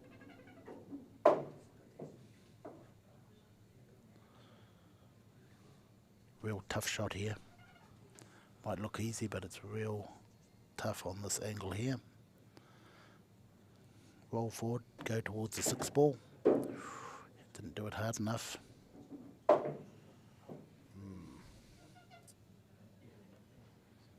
So now, what are the options for Rawlings? Okay, the key here would be he's got 2 options. Either play safe or cut that ball down the corner. Looks like he might play safe, is he?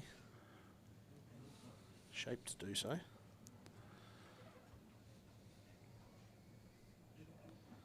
Surveys the table.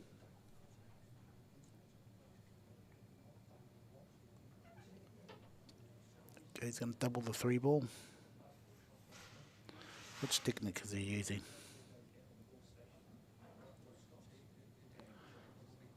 Double the 3 ball, past the 9 ball. Oh, double back. Way short. Opened it up again. Yeah, does not look pleased. Sullivan Clark rubs his hands together.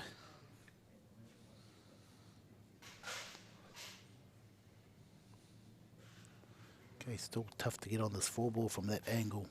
Yep.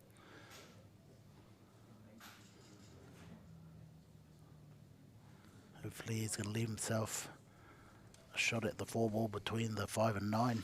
Go up that way, back down. Brings it all the way back down. Oh, okay, that's good. It has worked out well. Now he thinks about where the option is for the 5. Because he has this thin, I think he has to just let the white ball go. Maybe kick into the 8 or the 5.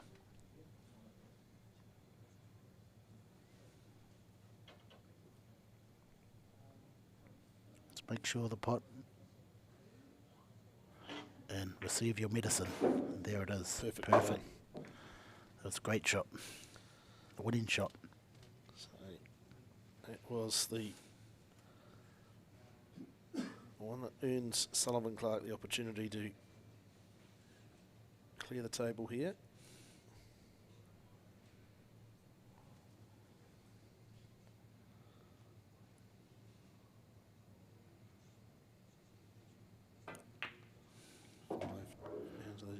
Nice shot. Top pocket. Send the 6 down the same way, presumably. And it should be reasonably straightforward from there, shouldn't it? Definitely, yeah. 8 and 9 ball in the same pocket.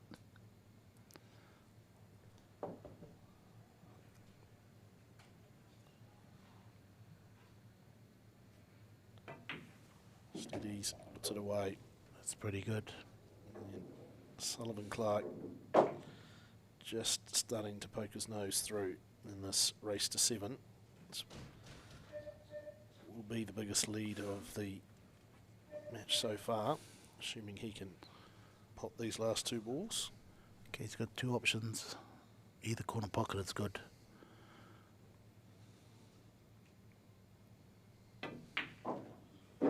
Yes. Brings the white back. Perfectly. Lovely.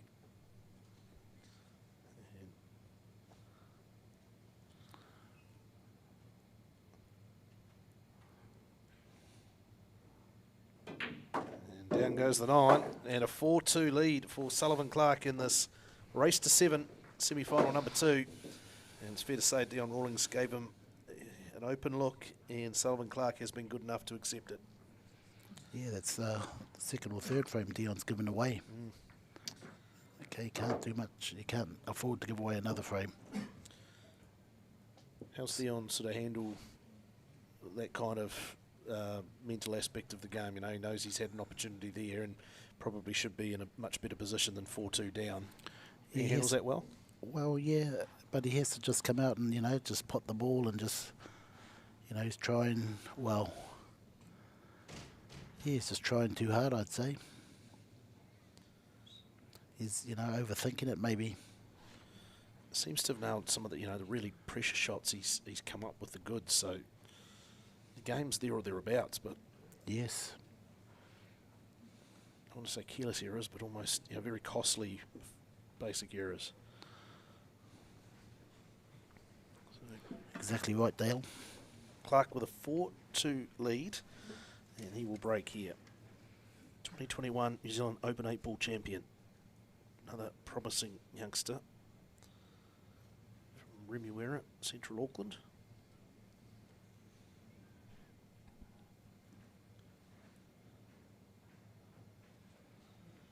And here he goes with the break. 7th frame of the match.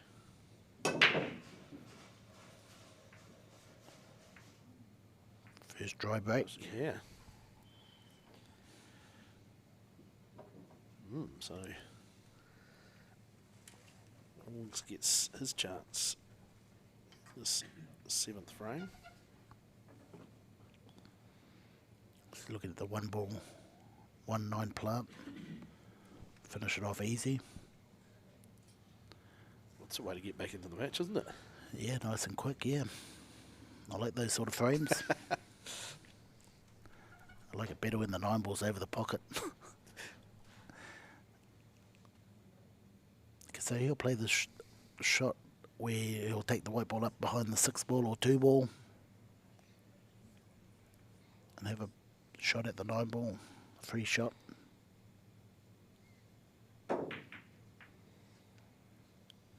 Sitting behind the 3-5. Oh, that's a good shot. Now the 9 ball's near the pocket. Yeah. So if Sullivan was to give him a ball in hand here to go behind the 9, I mean the 1 ball, put it onto the 9, win the game.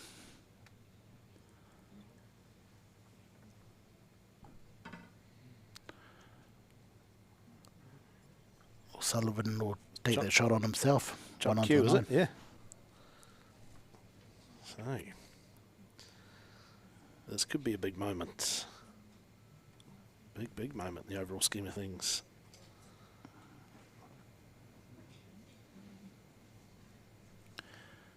He'll play to go thereabouts, but he'll also play to put that 1 in the corner.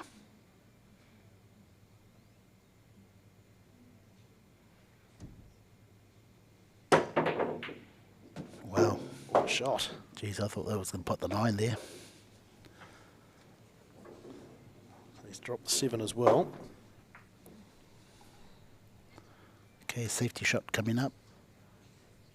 Double the 9 back, other 2 back, down towards the 9. Try and sit in behind the 5 and the 3.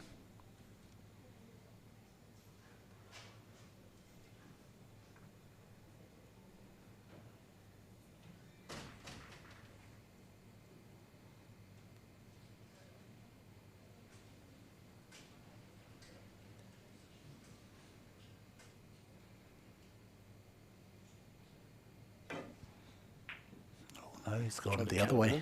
Yeah, hide behind the 5 and 3 this way. That's a great shot. Just bob each way there, tried to cut it in, and then worst case scenario, leave the ball down, the white down the other end of the table and behind there. No, I think he just went for that safety. It's just worked out well for him. Yes. I would have liked to put the 2 down the other side, so if Deon gives me a ball in hand, then I've got the 2-9 combination. But this way you haven't. True. So Rawlings.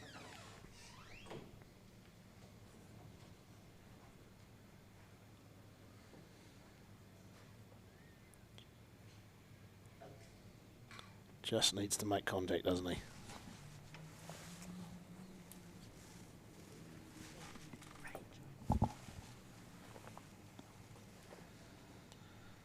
So a big moment here. Rawlings needs to make contact. He's going to miss. And open the 5 up, the 5-3. Oh, he's dropped the white, so that is... Okay, Sullivan gets ball in hand here. A lot of players will play that 2 onto the 9. Yeah, I was just going to say. Do you ever crack at it?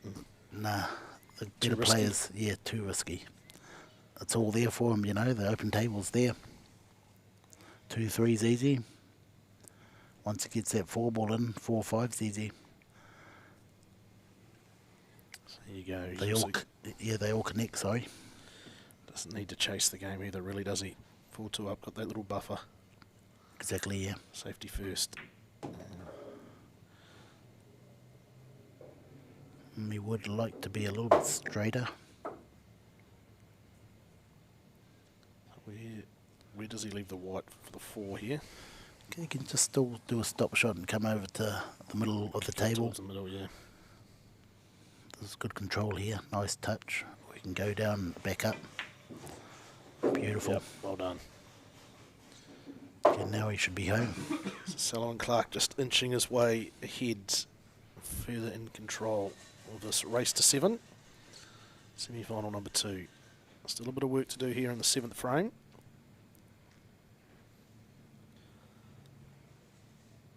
So 4 ball in the corner pocket.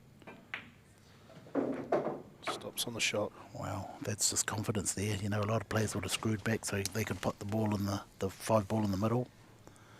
He's opting to take the longer 5 ball, punch it in, come back out for the 6.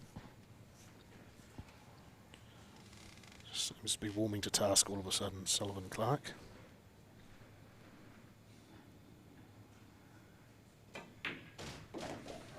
Great shot. Nicely done. 6 in the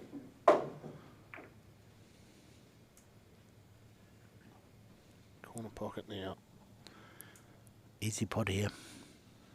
Towards the middle of the table. Right in line on the black. Perfectly executed.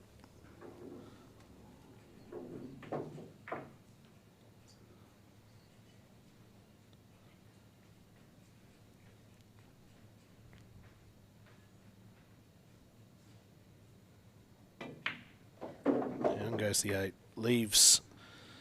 Simple shot to finish the 7th frame. Sullivan Clark starts to stretch his legs. Goes to 5-2 up in this race to 7, semi-final number 2. And we are going to have a little time out, are we?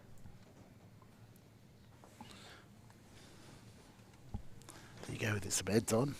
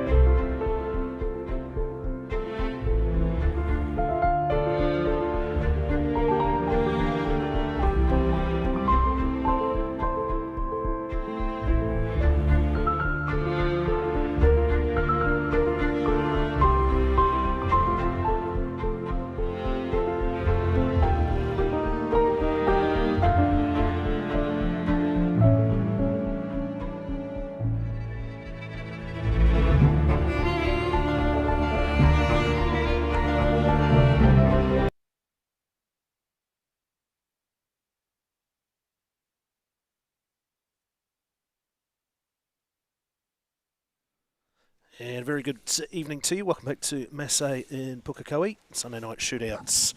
Finals night here, though. This is semi-final number 2. Monday night, Paul. Jimmy, Professor Henry with me in commentary as we get ready for frame number 8. Deon Rawlings has got it all to do, doesn't he, Jimmy? Yeah, definitely. He's given a few frames away that he should have had. And he realises that. Just digging himself a deeper hole, but hopefully he can get out of it. And that's a dry break too, isn't it? So Balls look really good. If he can pull off that one ball cut, he should have a run out. all just falling into place at the moment for Sullivan Clark. 2 young Aucklanders. The race to see who will come up against Marco Teutscher in the final. One of the world's best. He was on song in semi-final number 1 earlier, and he awaits. That's the prize for Sullivan Clark and Deon Rawlings. So still to come, one of the best players in the world. That's just my opinion. Marco Teutscher to play one of these guys. Okay, is he going for safety? Or is he going to go for a pot? Oh, safety. Wow, look at that safety. Great safety. Nicely done. So again, I guess with that buffer in hand, Clark not really wanting to roll the dice. Well, he can do. Yeah, puts more pressure on Deon. He has to make the one ball. Otherwise, it'll be lights out.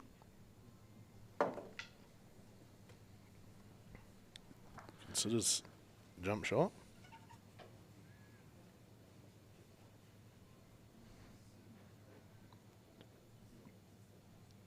He's going to swerve around this 4 ball. Hit down on the ball and swerve it. Too much spin. Okay, like we said. Ball in hand. And this really opens it all up now for Sullivan Clark. A player of his calibre should run this out fairly easy. It's just about execution now for Clark. The only hard part here in this frame would be the, well, 6 to the 7. 2, 3, 4 fairly easy.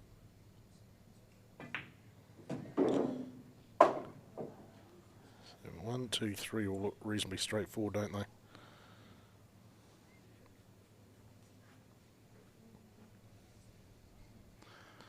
So do the 2, 3, 4 and 5 Yes, and I was 6. gonna say, really, it's all over the pocket. all set up there really for him.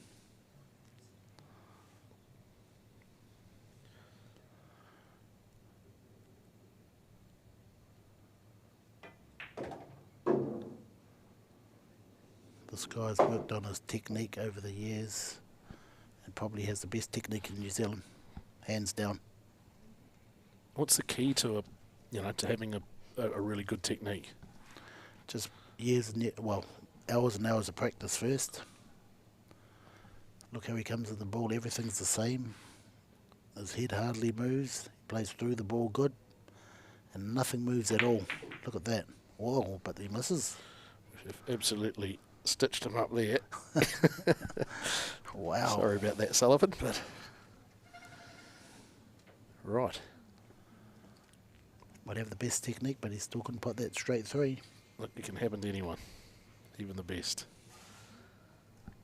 Okay, Deon just needs to loosen up and just start playing all the shots. He's looking at angles, putting his finger on the cushion to see where he wants to come off. Just pot the ball. Just needs to open up.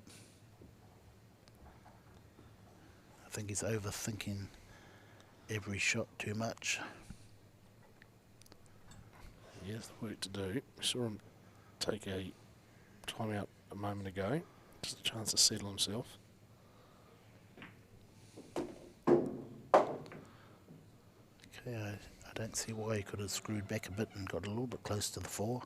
Okay, you might see the 8 ball or the 9 ball go down here.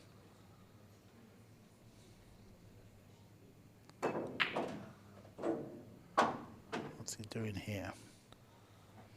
The 4 off the 6 ball? Impossible. the 8 ball should go down here. Wow, he's looking for safety. Interesting. Okay. Is that planned move, you think? Yeah, well, he could have actually tried to double that 4 ball onto the 9 ball and kick the 8 ball in.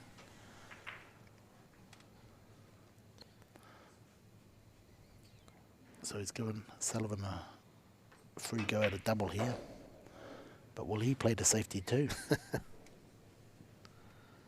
Looks like he is going to. Heading down towards the 5 ball.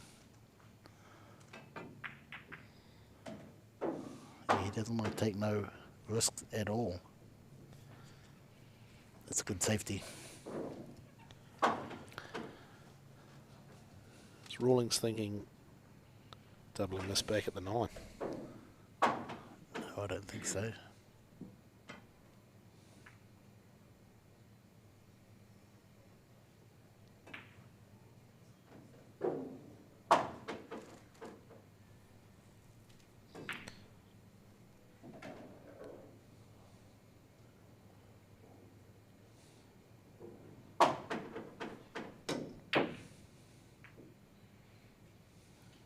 This. It's There still, you go. it's still, he's got snookered on the 5. This is where the jump cue comes out.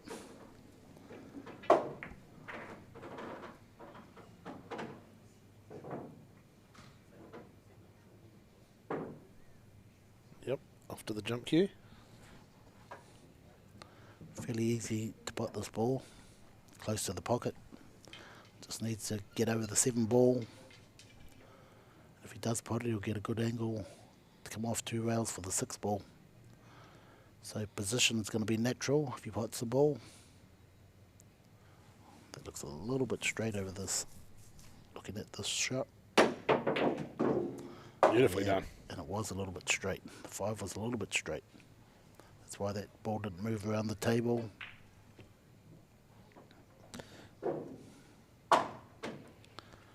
So for us rookies, the jump shot looked spectacular because he's sunk the ball, but the white is not going where he wants it.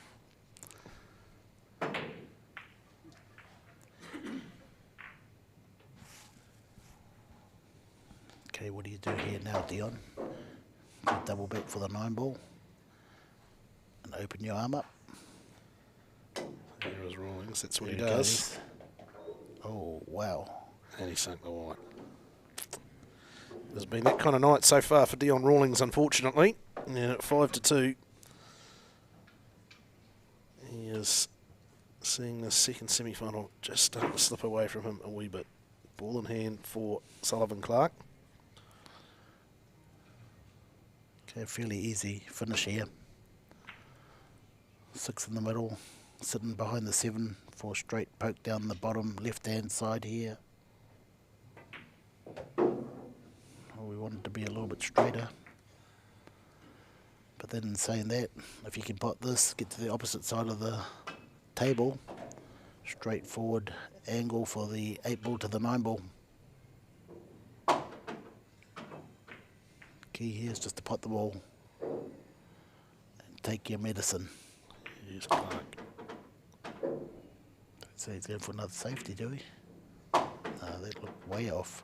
You can see that was right off. I thought he was playing the safety.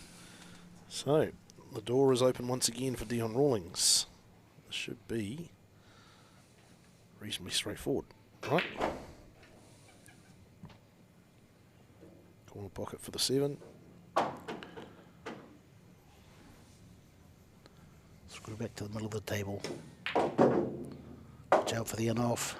Oh no. Wow. He is not a happy camper. Deon Rawlings grabs at the chalk in disgust. Okay, the easy 2 ball or 2 rail finish here. And the hidden hands for Rawlings over in the corner. That is one that has got away from him. Gifted an opportunity and just threw it straight back. That's a little bit short, but pretty good. So Sullivan Clark needs this to go to match point. Played a little bit low there.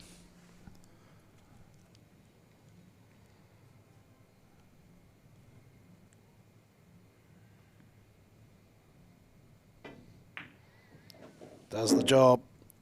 6 frames to 2. Sullivan Clark takes full advantage of the door being left wide open by Deon Rawlings.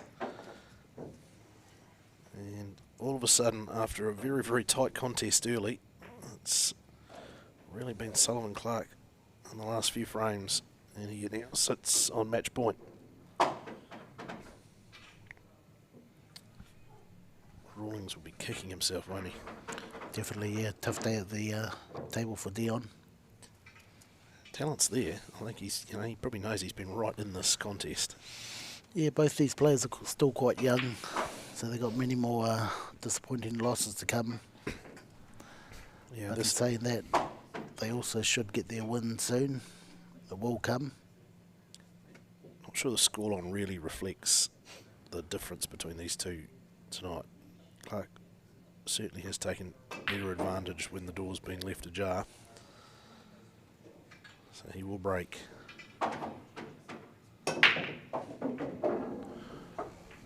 Nice break. So 2 balls go down. So a little bit of an awkward position there for him. Yeah, so after the break, he can call a push out. Run the white ball anywhere. Pot any ball. Doesn't have to touch a rail, the white ball. But the incoming player has the option of putting them back in. Yep. Or playing it himself.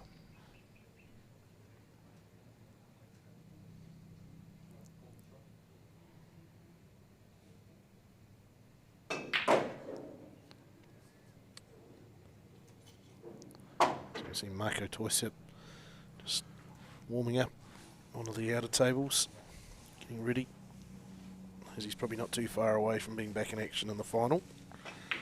And he's still yet to miss a shot. He's played the perfect pool tonight. Even though it's only a race to 7, it's been incredible to watch. Right, so Rawlings surveys his options.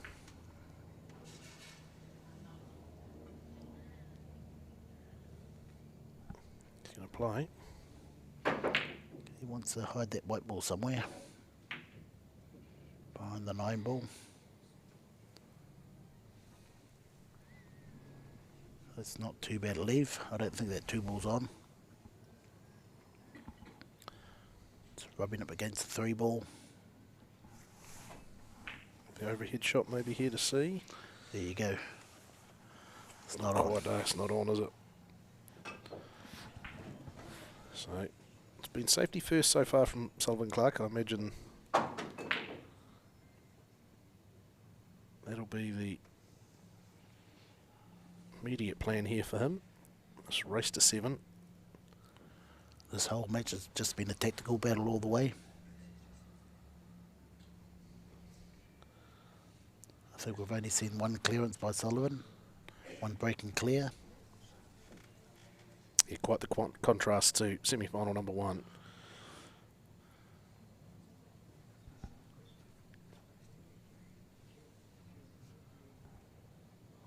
Here is Clark.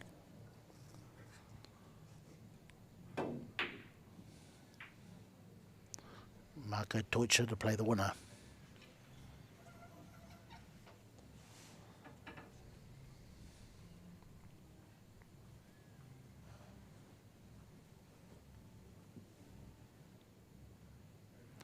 Technique that Deon's been using is the parallel shift. Doesn't look happy with that either, does he? Doesn't look happy as a winner at the moment. Like a winner, sorry. Just feel the body language is not Exactly. overly positive at the moment.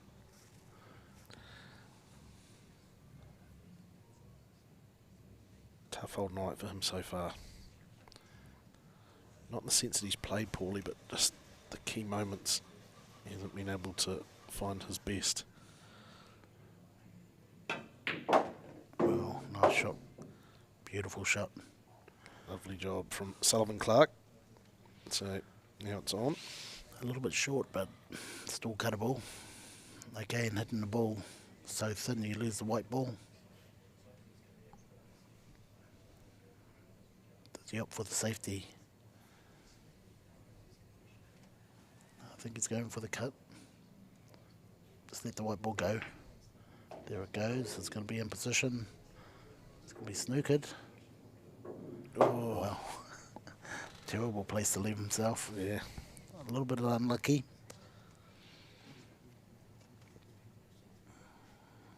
It was pretty much all that could go wrong with that, really, wasn't it? Wee bit unlucky, but, you know, he could have hit it a little bit harder.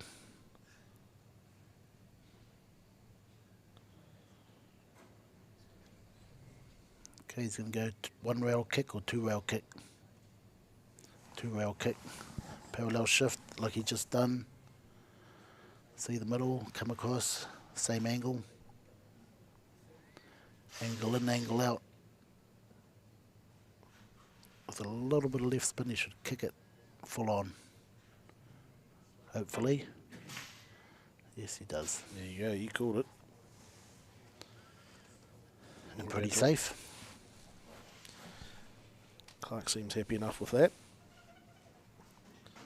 Says Deon Rawlings, if you want to get back into this contest, it's all up to you. I'm not going to make this easy for you.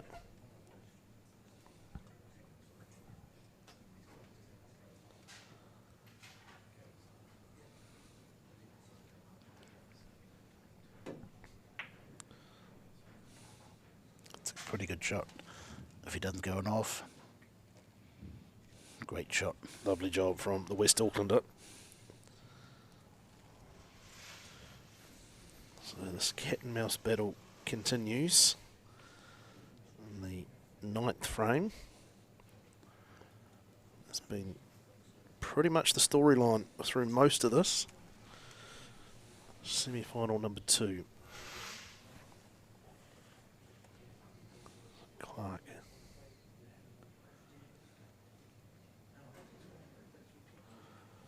What's his option here?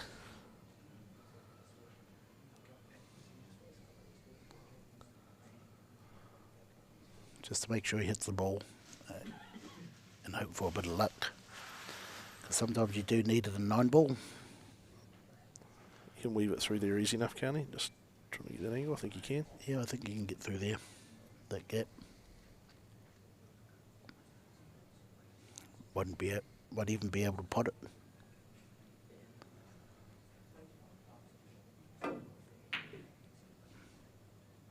Tries to double it up. It's left it open for Deon Rawlings now. Okay, this is Deon's chance to get back in the match. Had a quick survey of where the other balls are at. He's happy.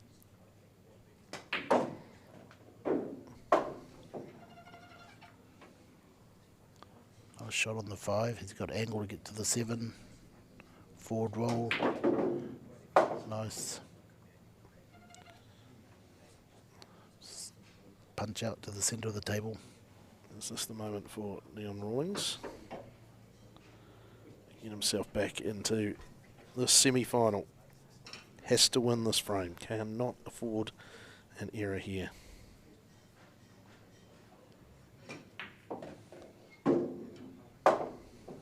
Nicely done.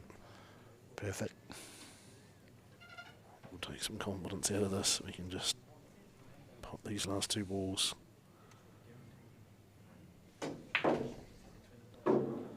Stops on the shot. And now just this to make it 6-3. Stay alive.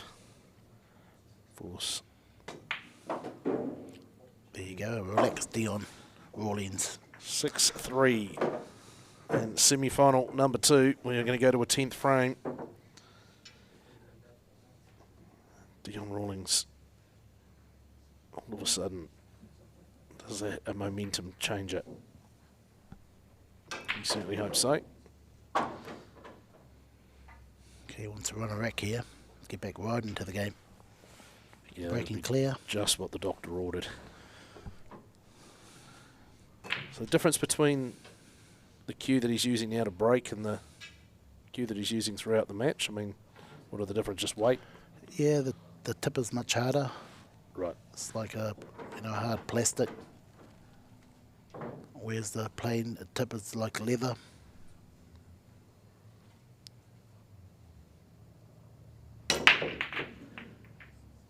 Another no. 9 ball, come on. No, he's a little short. Oh, he's got it. He's got a ball. He's got a ball. Once again, he hasn't got a shot at the 9. Straight shot in the pocket. Mm.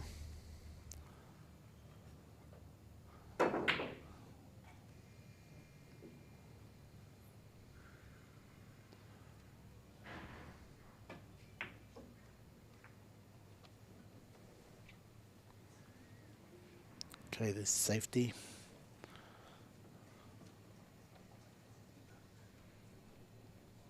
Two balls tied up, so we're in for another tight match. Looks like it.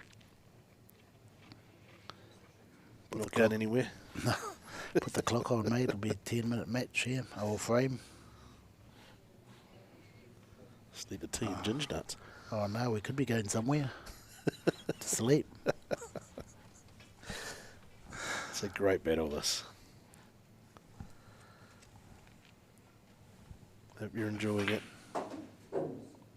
Talented young Kiwis. The next game, folks, will be enjoyable. Just misses trying to double it back.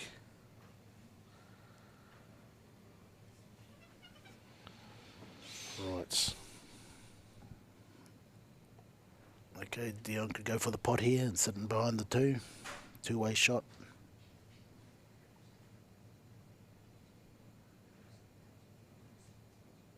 Or he could pot that one and open up the 2, like so. This time, wow. He got away with it. Going to get lucky, I think. Yeah, he is. He got lucky. That's what he needs to do. He needs to open up.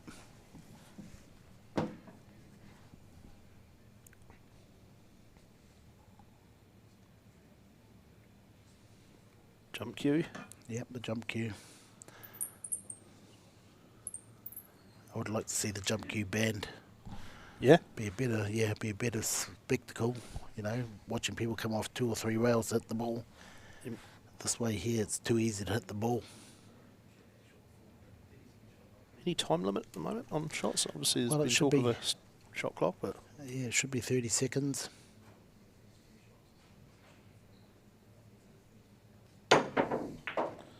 See how easy it is to jump a ball. nicely done by Clark.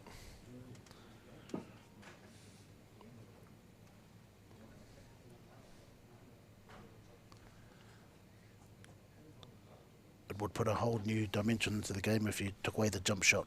Yeah. Be much faster games as well. I do like the idea of a shot clock. Oh, that'll come in, yeah, no doubt. So here we go. Just got to avoid the 4 ball, and he does.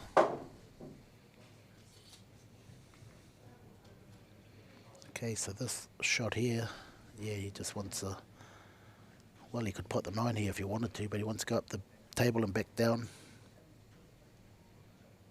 Probably punch it in if he wants to get behind the 4.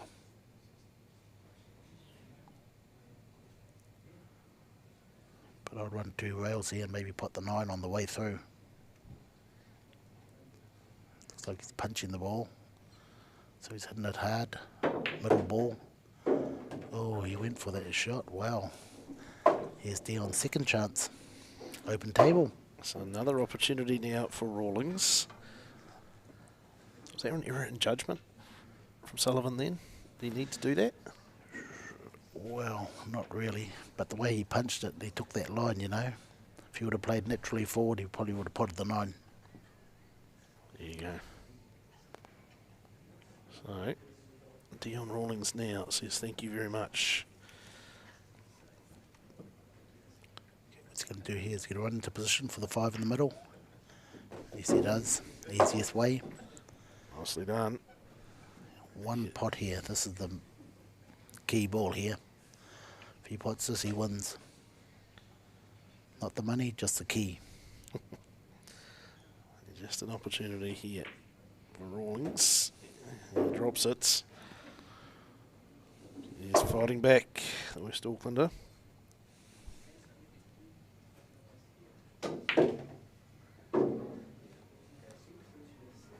From 6-2 down a moment ago. I think we're about to be 6-4. Well, back in the game. Absolutely. You know, and once Deon opens up, like I say, he can. This is what happens. Look at just the way he's walking around the table, more purpose. All of a sudden there's a little bounce in the step. Yeah. Exactly. Here we go, folks. 6-4. Deon Rawlings, 2 frames in a row. The race to 7 is heating up. Sullivan Clark had a couple of minutes just to sit in his chair there and ponder things.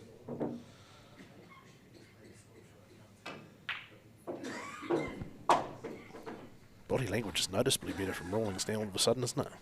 He's run around the table now. And that's how he usually plays, you know. He's much faster player than what we've seen earlier. He has got all the skill sets. He's got all the shots. Oh, he's made some terrific shots tonight. Just say it's almost been some of the ones we haven't expected to see him get tripped up, where Exactly. he's run into problems. So here we go. Sullivan Clark still at match point. Just feeling a little more nervous. Okay, corner ball. Yep, corner ball. He's got the right weight, breaking those balls up. But once again, no shot on the one.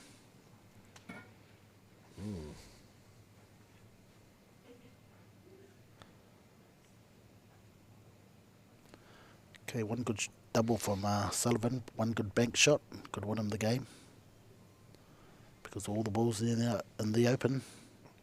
So he's going to double this back to the corner pocket closest to him, right? If he wants to, yes. If he wants to win this, one good double will win him this frame. Now he's thinking of the safety, I think. Sitting behind the 6 and 7, nudge off the 1, down table. He's got that option. Does he go for it? It would be the frame and the match.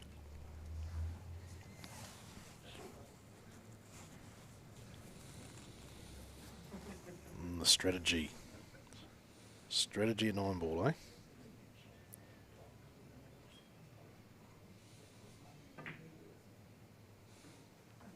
Plays it safe. Okay, he had a chance here to win the game. One good double, one bank shot. Could have won him the game. Now he's going to get into a tactical battle, like Dale said.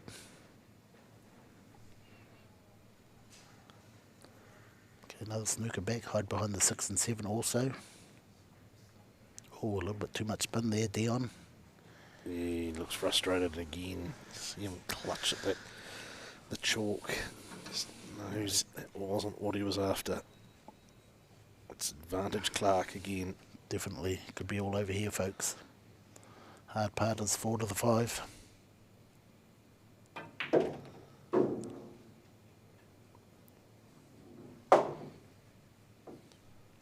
He wanted a little bit straighter on the 2 ball.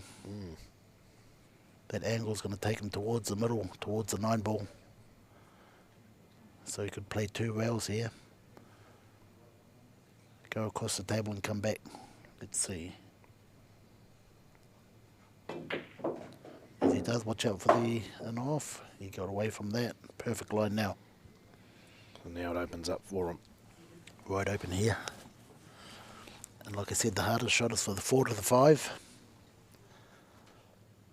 If he gets a shot at the 5, he should be able to get to the 6. From there it should be pretty plain sailing, shouldn't it? Plain sailing. Get to the middle of the table here. Beautiful. Good line. Nicely done. Okay, screw up the table. Don't touch the rail. Deon Rawlings watching on as he played his last shot in the semi-final. He pushes it into the rail, plays it perfect. So he had a little bit of an angle there. Sullivan Clark can almost taste a spot in the final. Just a little bit more work to do here. Okay, a lot of good players here will play 2 rails. So the 6 goes in the middle. You called it. Strides purposely around the table. Match point at the moment, Sullivan Clark.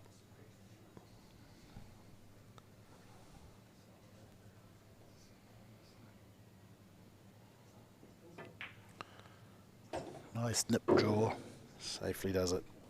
2 balls to go. Looks like he's got a bit of an angle here. He might have to play 2 rails or straight down the table. And behind the 9 ball for the left bottom corner. So he's on a little bit of a tricky angle here. Or straight up the table for the 9 in the right hand corner. 2 ways he can go.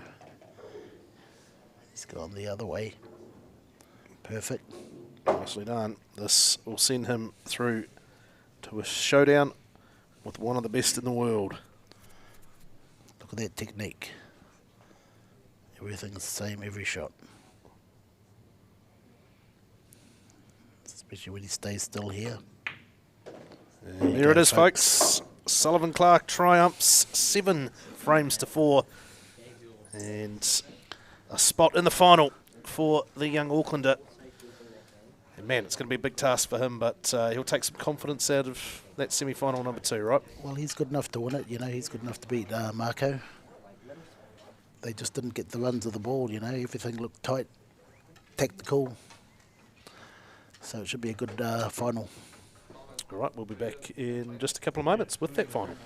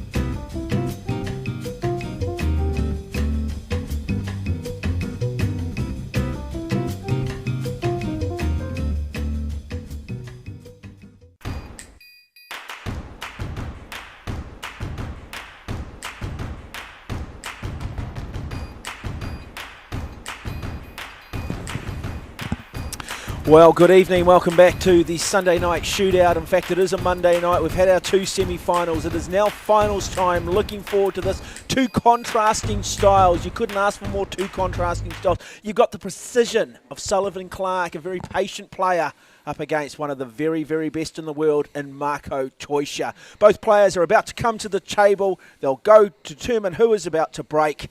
And we'll have a chat about both these players because we've got Jimmy, the Professor Henry, alongside of me. Evening to you, Jimmy. Good evening there, mate. And of course, Pukekohe's finest in Dale Budge. Well, let's start with Sullivan Clark. Tell us a little bit about him. Yeah, another top player in Auckland or in New Zealand. Probably in my eyes, probably one of the top three players. So really much a rising star out of Sacred Heart College. More than a rising star, he's right up there with Marco. He's probably got the best technique in New Zealand. He watches technique is like robot-like.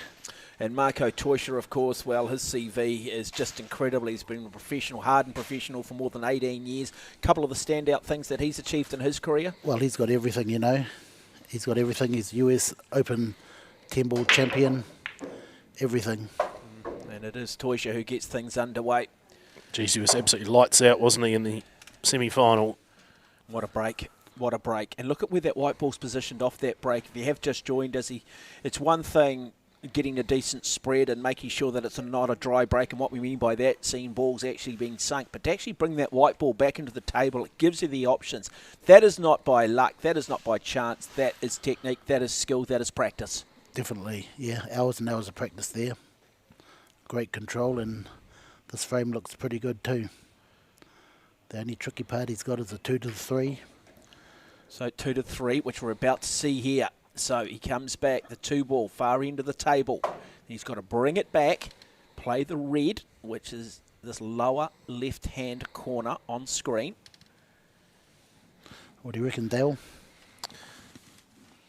Yeah, it needs to really leave the white ball out to the left side of the table here, doesn't he, as we see it? So off one rail and then across to the other. Or he could go 2 rails and behind the 9. But I think he picked it first.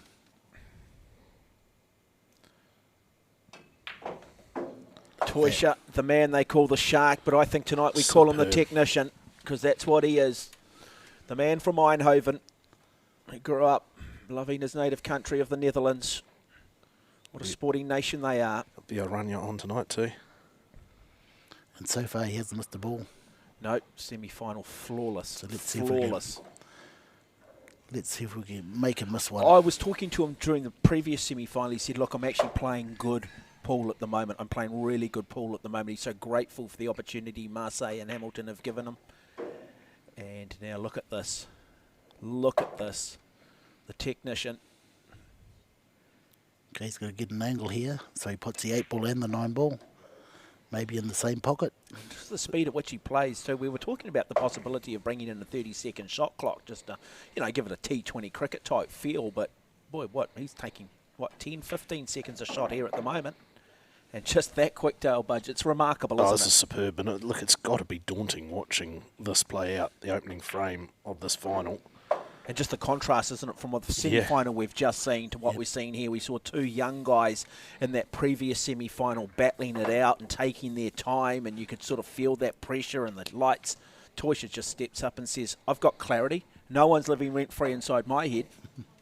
Jimmy, the speed of play, is that like almost an intimidatory tactic? He just looks so on song, and as quick as he does it, it sort of highlights that fact that he feels on top of his game. Yeah, well, he's, he knows all the shots. That's the key to Paul, knowing every shot there is in the book, and he's got them all.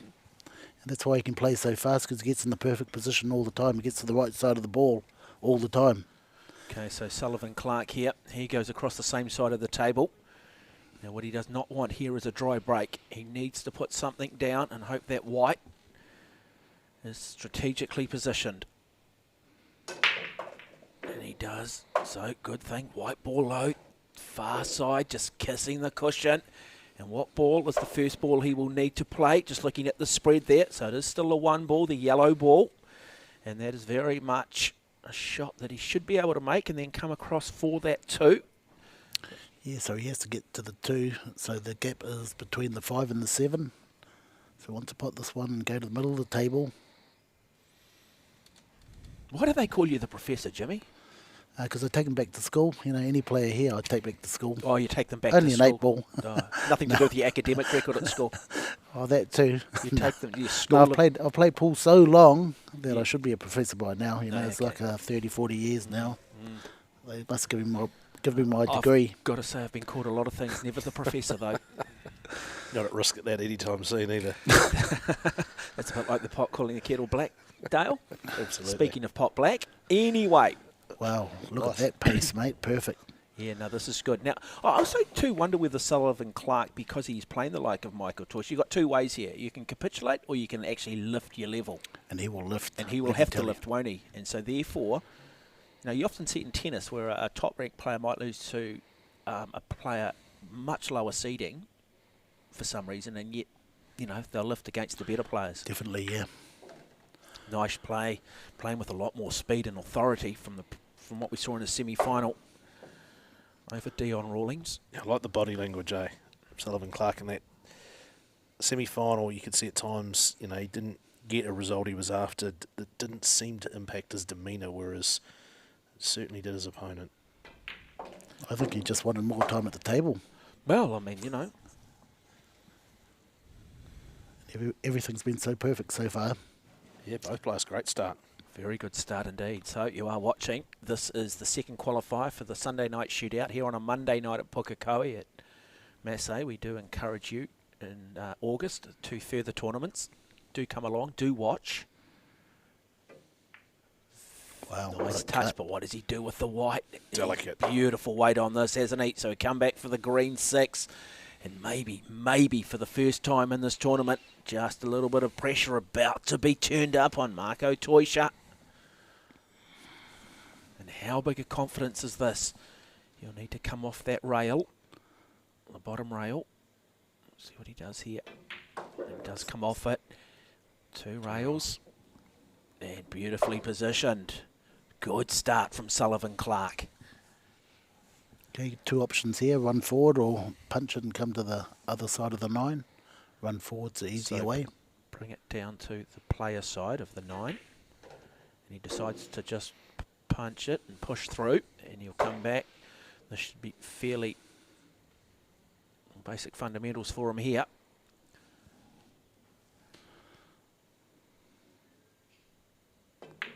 And there we go, 1 frame each. It is game on.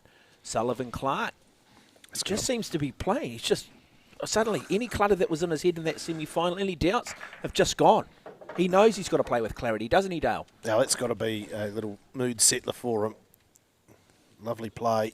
Didn't put a foot wrong. And Teutscher's had to sit there and watch someone execute perfectly. Yeah, well, Marco said that he does travel, that, you know, Sullivan is a guy who does travel to the States and has gone overseas with him. He's very talented. yeah, he's been overseas quite a few times, a few US Open 9 balls. So he's got a lot of experience.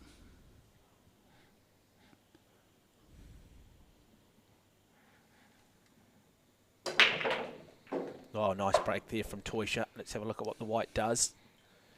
Yeah, he's got room, hasn't he? He's got options. Let's just see what has stayed up, what has stayed down. So he's got the 3 there, and then he needs to come back. That 4, though, might just provide him a few little headaches here. So he probably just So maybe play he a plays, safety here. maybe he looks to play the 3 further down the table and maybe just bring it in behind the 4, perhaps. Just a little shake of his head there. Because he hasn't got a straight shot at the 3 ball, no pocket. That's why. But he'd probably just nick off with the white ball and set the white ball in behind there. Let's have a look at what he does here. He's happy to be defensive because he knows it's a form of attack for him. And look at this. Watch the precision here. Watch the precision. Does he get enough on it? No. Not happy with that by his own high standards. He has been, mind you, sitting down for some time now. He's had a little bit of a warm-up. I just wonder whether that nervous system is just a little bit flat at the moment. Where Sullivan Clark, you felt towards the end of that semi-finals really just starting to come into his own. He's got momentum with him, hasn't he? Yeah, well, he's, you know, Marcus had a break for an hour. So that could be the change there. Might want to open the door, though. One good shot here. Yeah, shot by shot at the moment. So that 3, and then he's got to just put this ball on a dime, try and bring it back. So just watch out for the snooker behind the 6 ball. he pots the He's ball, got away comes from back. He's got enough weight on it to get it away from that 6, as Jimmy the Professor said. And suddenly that 4 ball. Immediately you see, it's interesting, in the moment he's looking at that 4 ball, but he's looking at 5, and then you saw him glance across at the 7 ball. So he's already 3 shots ahead in his mind.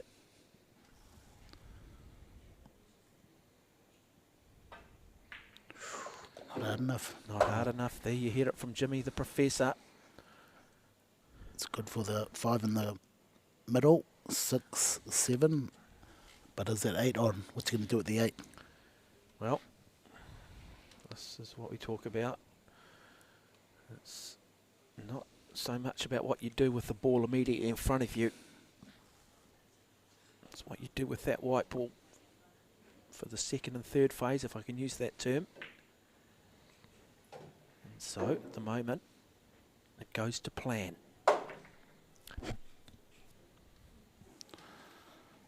Okay, so he pots the 6 ball, takes on the 7 ball, and when he does pot the 7 ball, hopefully open up the 8 and 9.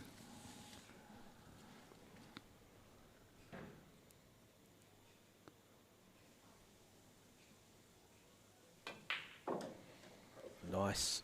Great angle. This is a really encouraging start, isn't it, for Sullivan Clark? Just takes any of that momentum that Teutscher brought to this final, so takes it to one side, doesn't it? I just can't believe it. It's almost like we're watching a different player in Sullivan Clark. No, he's always had it. Like I say, he's probably... Maybe just a little bit too defensive, isn't it? You know, you've got the reputation. You go, look, I don't want to lose to Deon Rawlings. And therefore, sometimes, yeah, maybe just don't Nicely play with done. that freedom. Wow, and that's Now- what can happen. Now, has he left the door open? I think he's left the door open for Teutscher. And you know Teuscher's going to walk straight through it. How important is this next shot in the context of this final 1st to 7?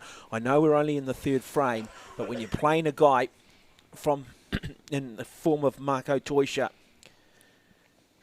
this, I would say, is critical. What are the options here, Jimmy? Yeah, well, he can just nick off this 8 ball and sit in behind the 9, or he can run away up the table. Just slightly touch the 8 ball and run the white ball right at the top of the table. But Teutscher will now be mapping this out, sitting from his chair. Just got to watch out for the in-off. He puts too much spin on it. Okay, so has he got enough weight? Beautifully played, but he's left certainly a shot here from Teutscher. Now, what does Teutscher do? This is not an Okay. easy shot. A difficult shot for Teutscher. What sort of mind frame is he in? How aggressive is he here? Not aggressive at all. He's a percentage guy, isn't he? We've talked about Yeah, that. He will both of take. them. He is a percentage guy, though, and that's the difference. He's the guy at the table. If you're playing 21 and you've been dealt 16, he'll sit. He'll Most sit. of us will go call for the other card, and you end up losing, don't you? Exactly, yeah. He's a percentage guy. Are you a No. percentage guy, Dale? You're a gambler. Depends. You're a No, it gambler. You're a depends. gambler. We're all gamblers. That's why we're not I'm at a the table. pessimist. I'm always the pessimist. Glass half empty. I think the moral of the story is Las Vegas wasn't built on winners.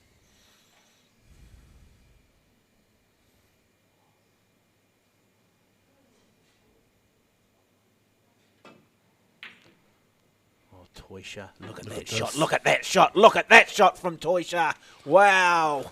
That is the master craftsman. That is the technician.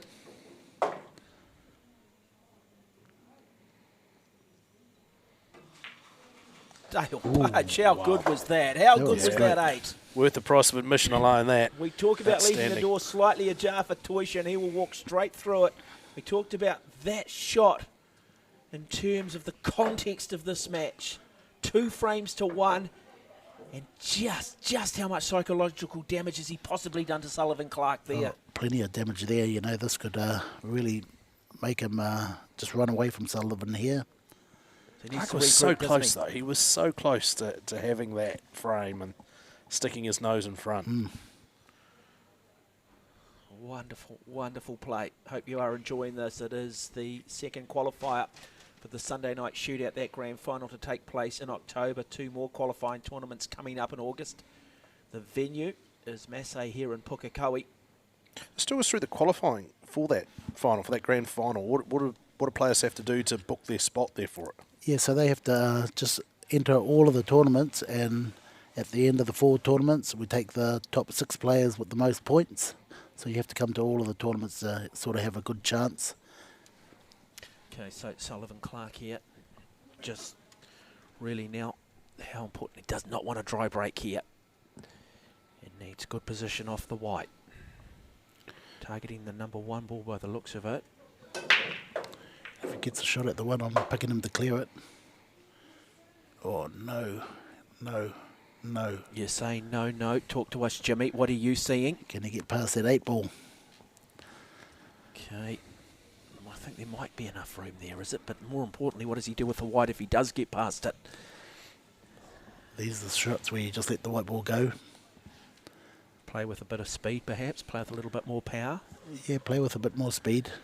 Just let it run the table. If you are wondering what the table is, of course, it is the Brunswick Gold Crown 5. And we are tonight using the Predator Arcadia Reserve Professional Cloth and the Predator Arcos 2 balls. So, world-class players, but world-class equipment.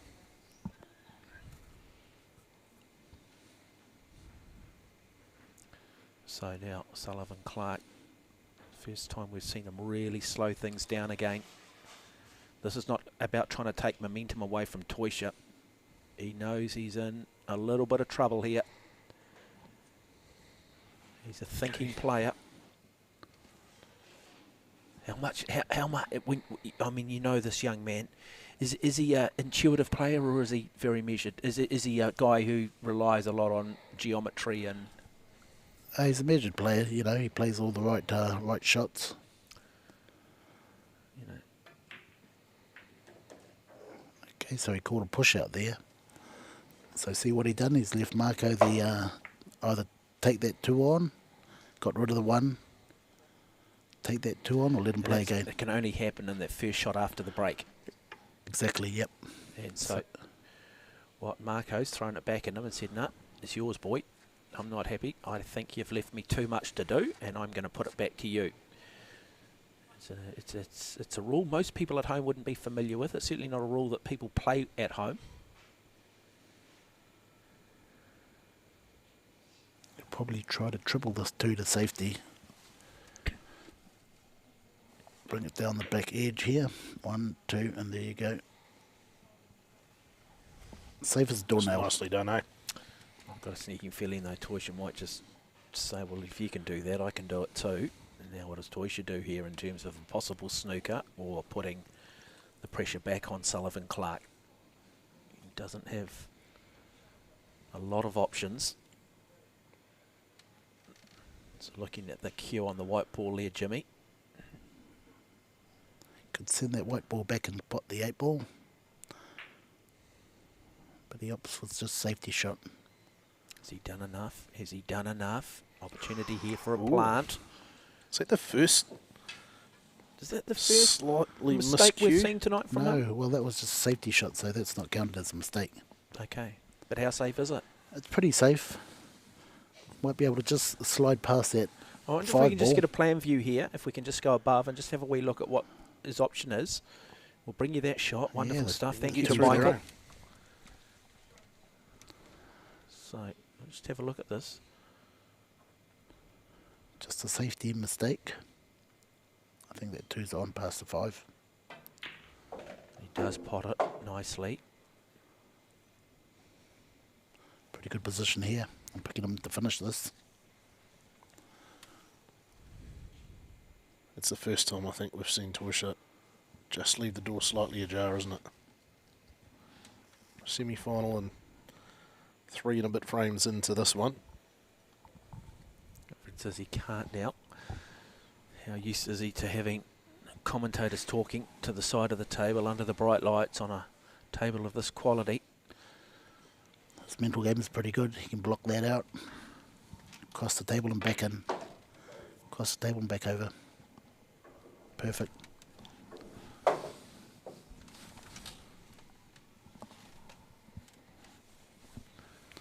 So 2 frames to 1. Teutscher leading Sullivan Clark. Now Clark. Key shot again.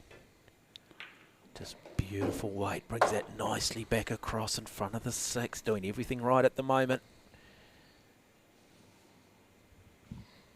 It is certainly game on. That's what everyone wants in a final. It was a close contest. We saw it last week in the 8-ball.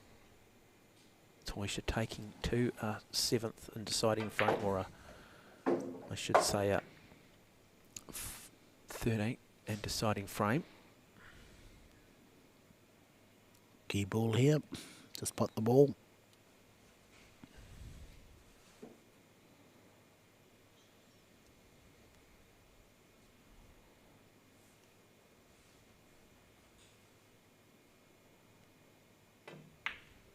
Nice, nice. But as he does left a bit too much for that 9. This is not an easy shot. Okay, he's left himself the perfect angle to just run the 8-ball in and sitting behind the 9. Okay. Oh, it's tucked right in the pocket there, so it's a little bit harder. Might have to play rail first. Not happy. He's going to have another wee look at it. It's tucked deep in the pocket. You think rail first and out. Yeah. So I might just try and put a little bit Oh, of a look, screw on yeah, this. it looks like he's going to screw it back down there. He does just screw it. Beautiful weight on there. Has he got enough on it? He's Nice got enough shot. on it. Look at That is a position. wonderful shot. Well done, young man. So Sullivan Clark. 2 frames each. Race to 7. He's had some answers so far, hasn't he? Yeah, he's come out. He's looked almost flawless. Mm. I'm not sure, though, that Teutscher will be too concerned at the moment. Key to Sullivan winning this is just to stick to him all the way. Yep, he can't. He's got to take every opportunity, doesn't he? He just can't Exactly. afford to just make a single mistake now. And he probably needs to win this frame.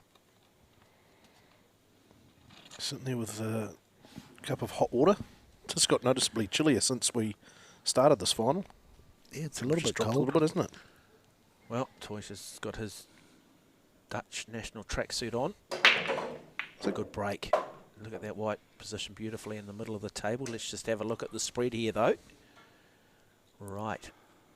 Maybe not quite the break you'd hope for. Let's have a wee look at what is left. So he's still got the 1, 2, and 3. So just that 6-ball down. So you'll play safety here. Yeah, one's in an awkward spot, isn't it? Does the temperature affect the way that the Definitely. table runs? Yeah, definitely a little bit slower. The warmer the humidity or moisture, it runs faster. Well, it's funny. People think that... I'll just wait for him to play this shot. Let's have a look at the safety here. Oh, look at that. Look at that. Has he done enough? Yes. Well, he certainly... Wow, wonderful shot in terms of the pressure now he puts on Sullivan.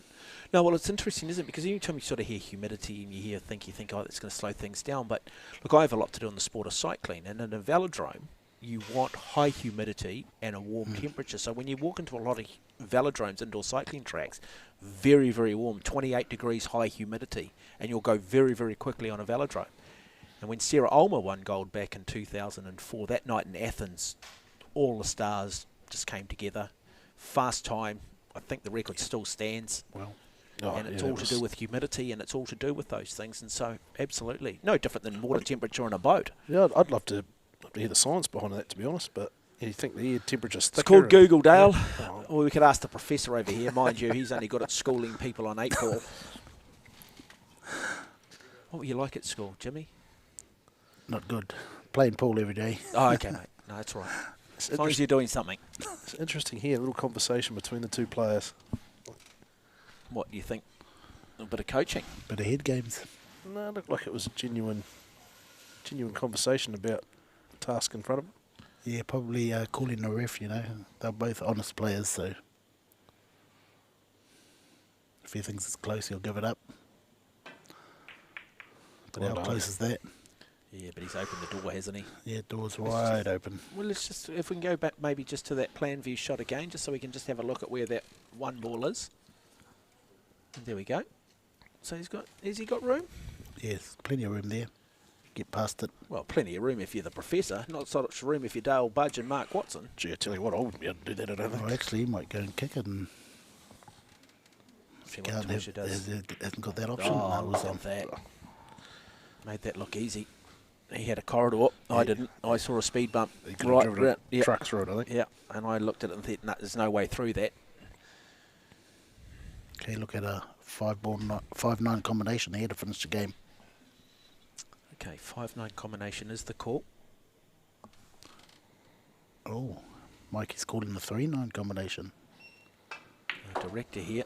There's a wonderful cueist in his own right, and the man bringing you these pictures, cutting. And Well, it's on for it. It's on for the 3-9 combination, but he's too good a player to try and play that shot. Just touch it in, come up the table. yeah, he's got Okay. But like I say, he's too good a player even to play the 5-9 combination, but it's on. bring it back. There you Here we go. go. Game, set, and match right here, is it, in terms of going to 3 frames to 2. So he's just going to look to try and put what they call the plant, the 5 onto the 9. 9 ball goes down, he wins the game. That simple. And he does it that easy, and suddenly at 3 frames to 2. He's got his nose in front now. Sullivan Clark, he'll have a demeanour which says I'm relaxed, which says I'm composed, but the pressure is well and truly back on him.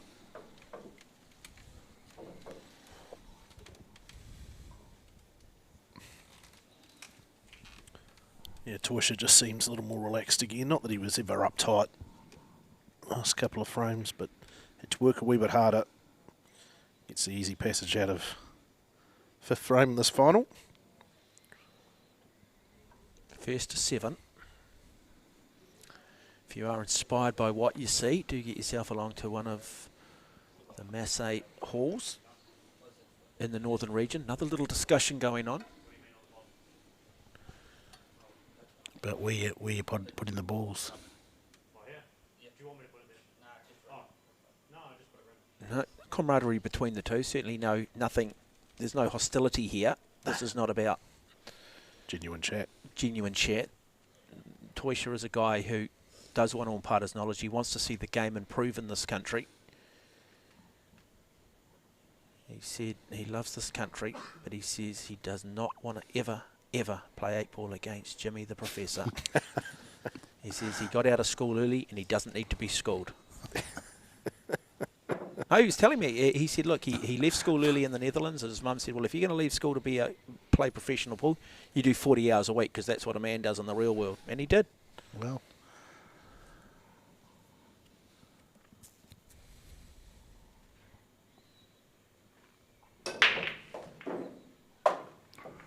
has he got a shot at the 1? Oh, look at that. That'll play.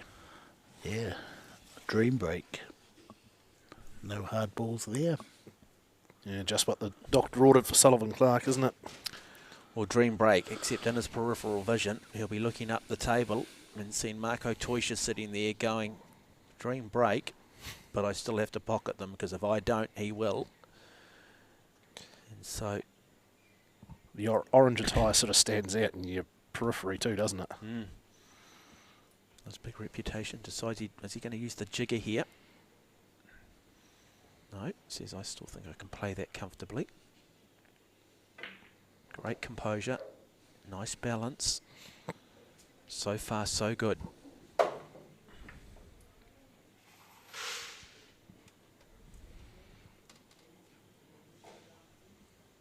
to bring that white ball back up the table.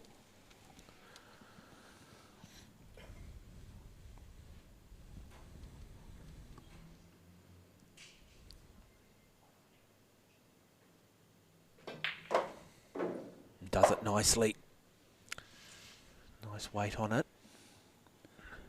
Could have been a little bit closer, but that's pretty good.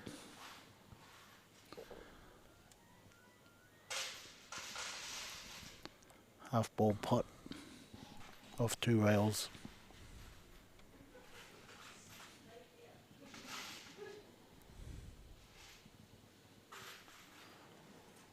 come straight down the table.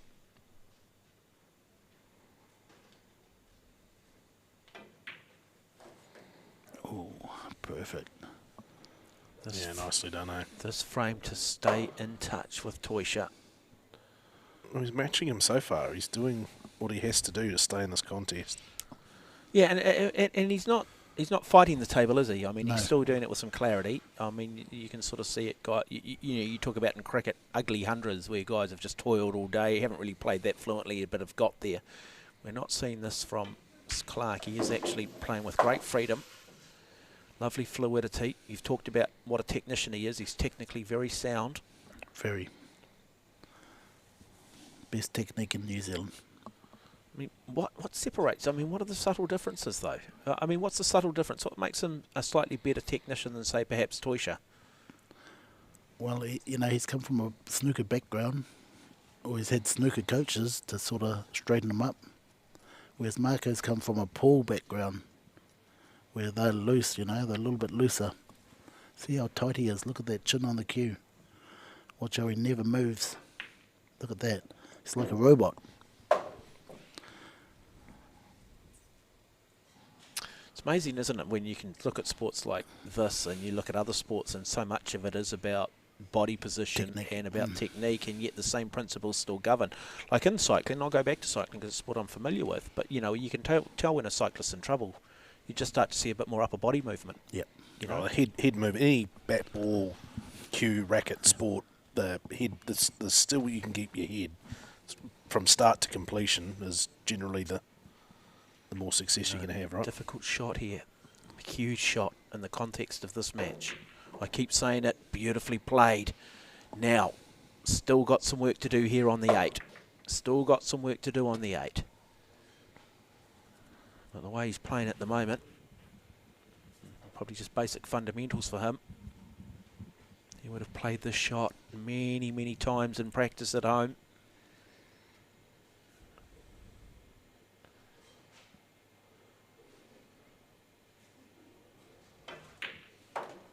Well, what position, what touch.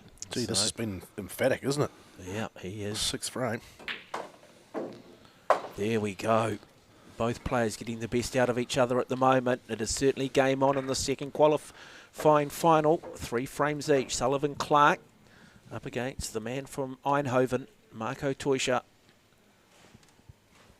This is world-class pool. Some of the best pool I've seen for a while out of 2 players. There you go, here in little old New Zealand, the island nation of 5 million. Exactly, yeah. In Pukekohe. Thriving metropolis. The mayor's sitting next to me, you're called the professor. I've got the mayor of Pukekohe next to me and Dale Budge.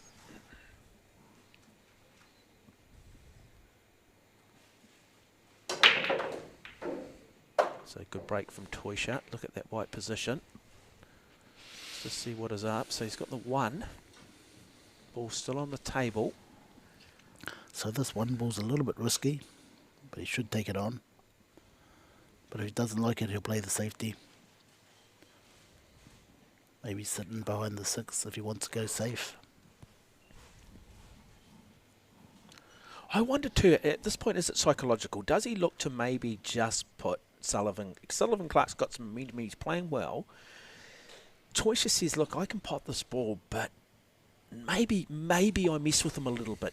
Maybe I put him under a bit of pressure. Force him to play out of a snooker situation and see if you can just take some of that momentum away. Definitely, yeah, that'll come up a lot.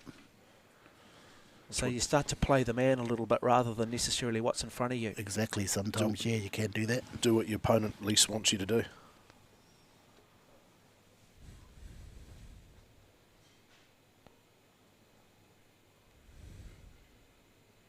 He's weighing that up at the moment, isn't he? This is about as long as we've seen him consider his options.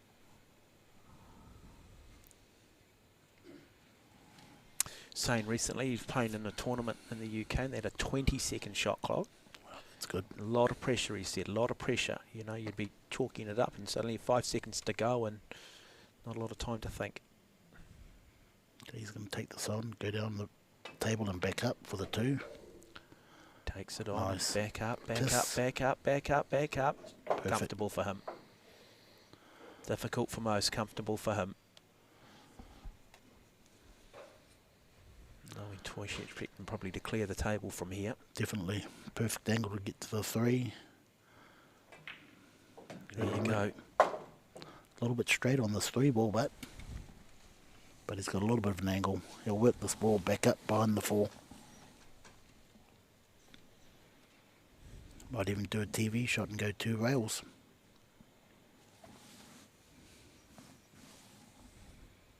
You ever thought about doing Dancing with the Stars, Jimmy? Oh, geez, I hope not. No, I I haven't. don't know why I mentioned that. I just thought I'd throw it in there. I just like the whole professor thing. I think it's just good marketing. Thank you, thank you.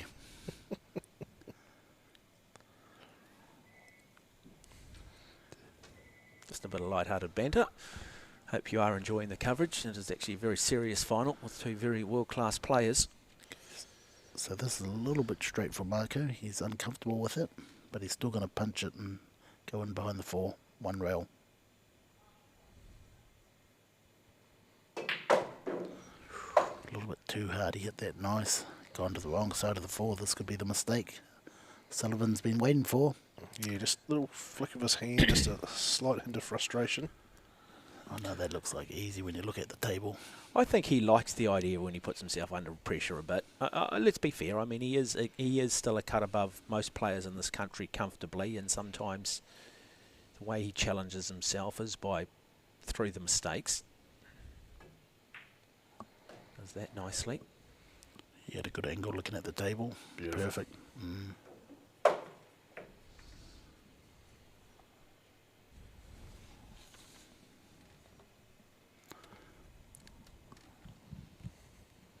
Okay, push through again. Off the rail or screw back? Yeah, dupe, screw back. Beautiful.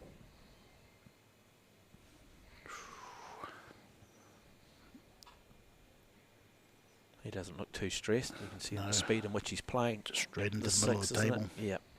You sort of know when they, I guess, maybe thought, oh, not enough weight, too much weight. Yeah. It's clearly when they take a little bit time between shots. We're not seeing that from Teutscher.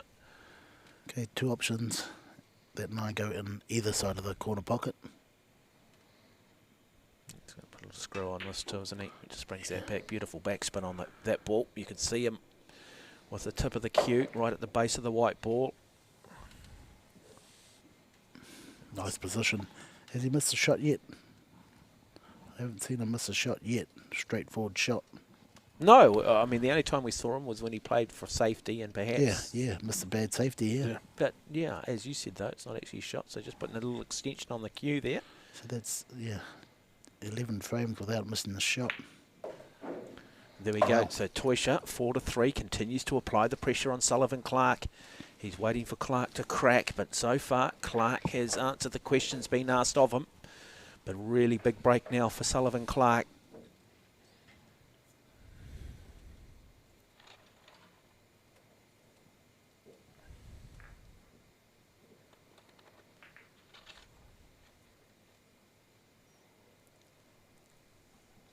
So both of these players are off to the US 9-ball champs, world champs, When's that? in September. September, yeah. Las Vegas. Atlantic City and then to Las Vegas Yeah. for another tournament. Yeah.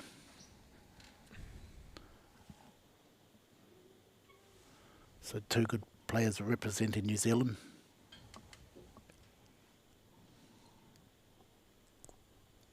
Quite precise, isn't he, Sullivan Clark? We've seen him a couple of times. Just look at this wonderful cloth on the table, the Predator Arcadia Reserve, and a little bit of dust. He's just taken the time to pick it off. And Here we go, corner ball. Yes, 4-ball in the corner.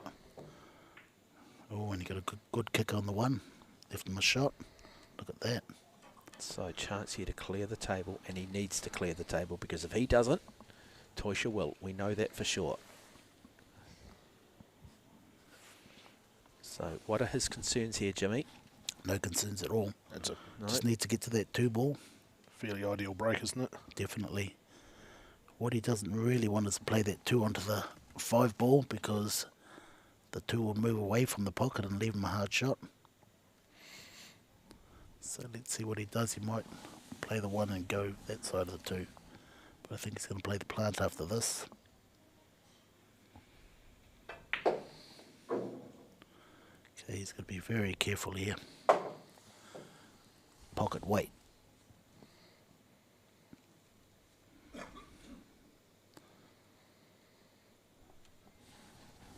He doesn't want to just hit the edge of that 5 ball so the 2 balls sit safe. Wants to hit it full.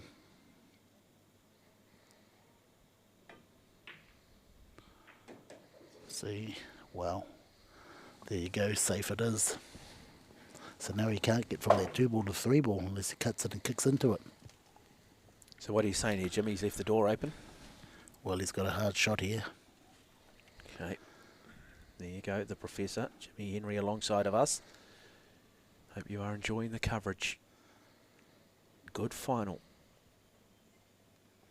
Tough shot. It's not about necessarily Teutscher being outplayed. It's just a simple case of given their opportunities. Both have taken them.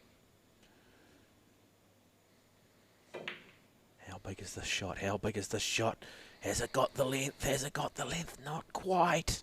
Well, Not quite. You talk about a game of inches, turning point, Dale Budge, because Teutscher clears the table here, and it's a 2-frame buffer. He's going to still find it hard to get out of this corner. Wry smile on the face of Teutscher. Best option would be just to play off the rail, nick the 2 and run around the back of it. You make it sound so easy, Jimmy. Didn't want to say it too loud. He might hear me play it.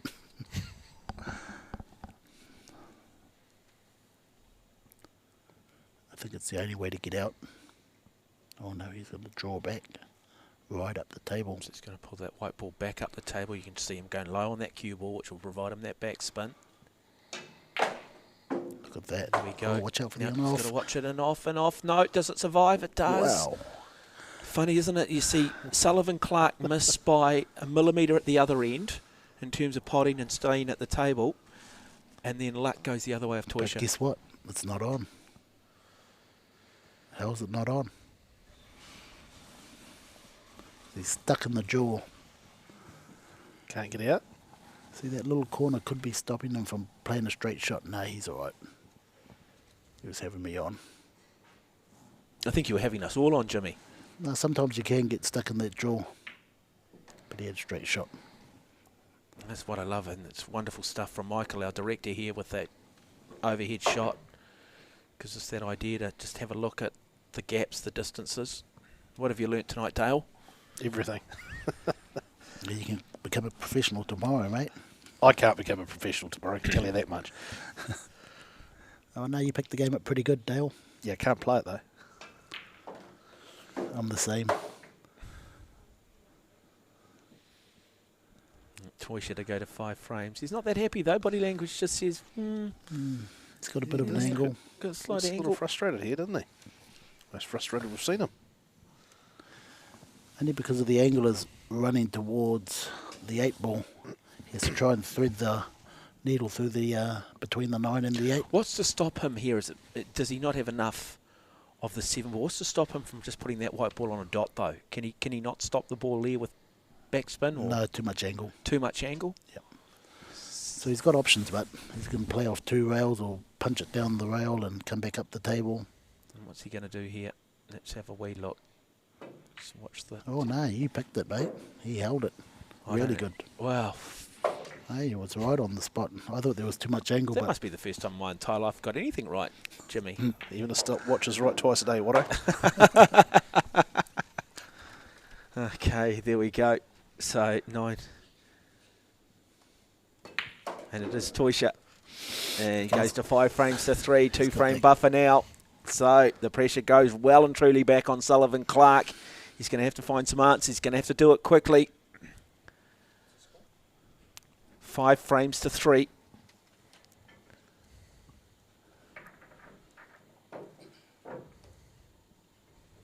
If you are just wondering too, they're not your standard balls that you get at home. They are the Predator Arcos 2. These balls are sort of waxed and shined, and that does come off not dissimilar to a cricket ball. And so early on, they can be a little bit slippery. And as the games and the frames wear on, you probably get truer punch from ball to ball.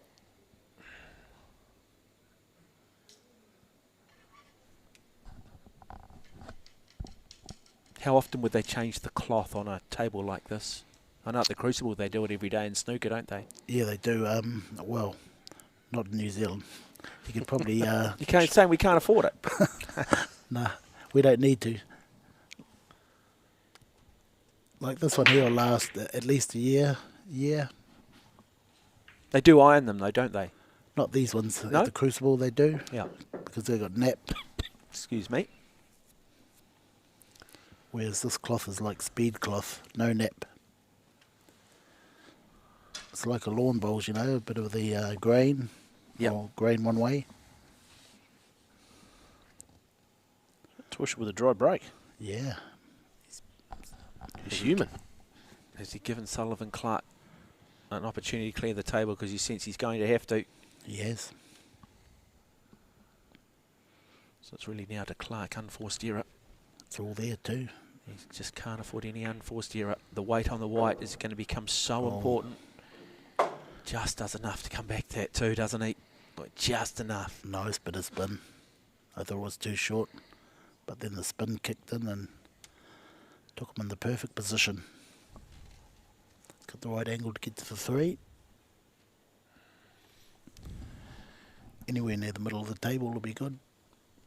A little bit higher would be better.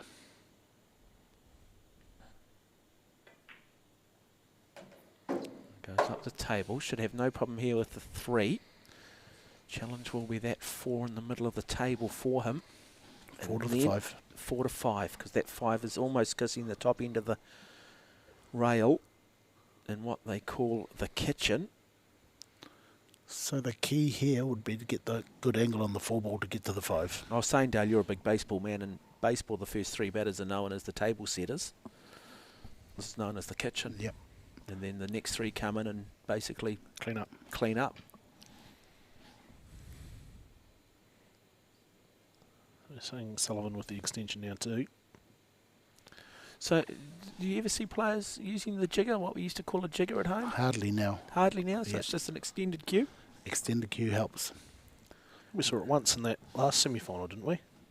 Rawlings might have used it once. Yeah, the odd shot you do get, you do get the jigger shot, but not very often. Okay, so what sort of angle has he got on the 4 ball? Looks like just a straight drawback.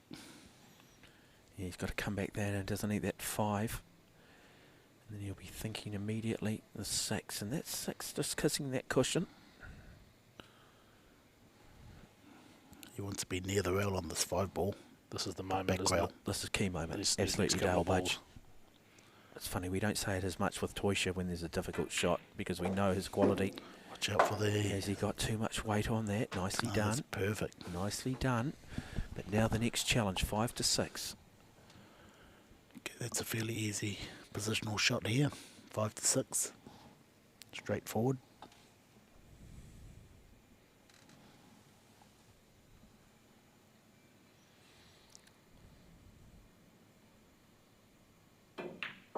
How much weight on that? How much weight on that? Beautifully done. Beautifully done. Well, Sullivan hanging tough, fighting. Not prepared to wave the white flag just yet. He knows he's got a sniff. We know in all sport how quickly momentum can shift and change. Especially a 9 ball. Happens all the time. Excuse me. Yeah, and this is one of the games too where flukes, you are rewarded for a fluke. So it can also be a little bit of luck. Not that he's going to need it with the way this is set up at the moment.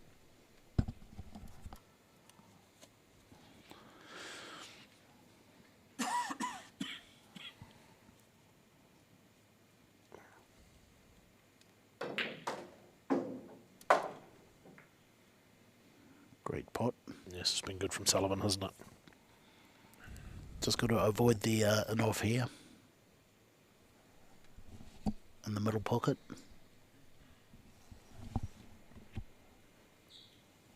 So he could play 3 rails here.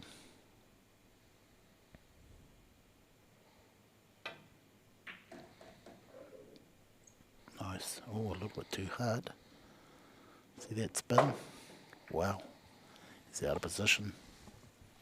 A player of this quality should be able to pocket this, shouldn't they? I mean, really, this is still fairly, I would have thought, fairly fundamental. I mean, you'd back yourself on this, wouldn't you, Dale? I wouldn't back myself to hit the ball. There we go. Very Comfortably nice. done for Sullivan Clark. Nicely done. In the contest, playing some outstanding 9-ball. Both players, world class, being played here at Massey in Pukekohe. And we'll just get you those dates for those next 2 tournaments in August for those that do want to come along and watch. And as we count down towards that Sunday night shootout grand final. And So it's the weekend, August 1st and 2nd Sunday. so it'll be the And Monday, the Monday night the here 2nd. live. So if you want to watch the finals. And then again on the 22nd, 23rd. So the Sunday on the 22nd, Monday the 23rd of August. So that's 2nd of August. Well, that will be the eve, if you are wondering. That'll be the night before Lisa Carrington races for a 3rd gold medal.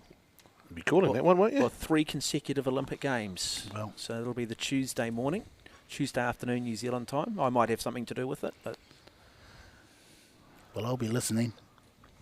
See how you go in the sports. I mean, the other sports. Your challenge is to somehow mention this. I'll drop you in, Jimmy. I'll get Dale Budge. I'll certainly get Mount Albert Grammar School in because I make You a always point do, of every yeah. commentary to get Mount Albert in. Nice break.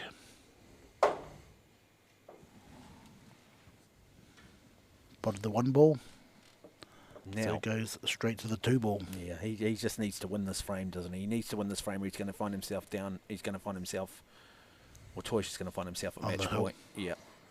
What do you On call the it? hill. On the hill, on the hill. Yeah. I've never been on the hill. Never ever been on the top of the hill. Have you, Jimmy? Depends what hill. Well, the 8-ball hill you have. Yeah, sometimes. Pukekohe literally means hill. Oh, does it? Puki. It's new. Koe tree. Koe tree.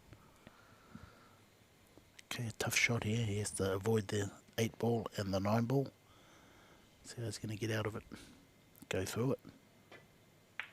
There you go. Look at that. Wow, he went right through it. Is he going to snooker himself? Snookered himself. No, This is he's the question. perfect. We'll just He's go. perfect. We'll go to the plan view of the table. Just have a wee look here of what he's got coming in front of him. Well, look at that. Nice angle to get to the 5-ball. Natural. So there you go.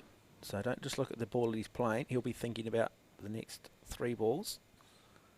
Must sink them in order. Lowest ball on the table. Whoever sinks the 9 wins. If you are just tuning in, if you are watching this for the first time, this is a big sport in the United States and Asia, this format of pool. A little bit tricky here. So we'll just play it soft and play the 5 down the corner. As you see, yeah, nice. Perfect. Look at that.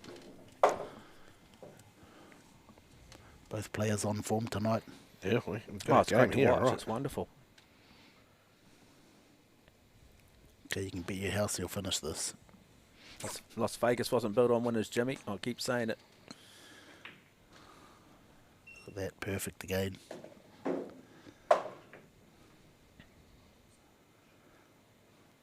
Eight and 9 in the same pocket. To bring it to 5 frames all. Jimmy, the Professor Henry's already called it. Basic fundamentals of Sullivan Clark is what he's implying.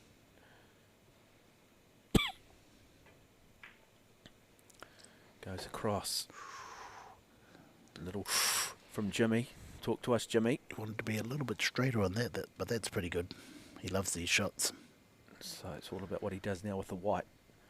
I've seen him play this shot before. 2 rail.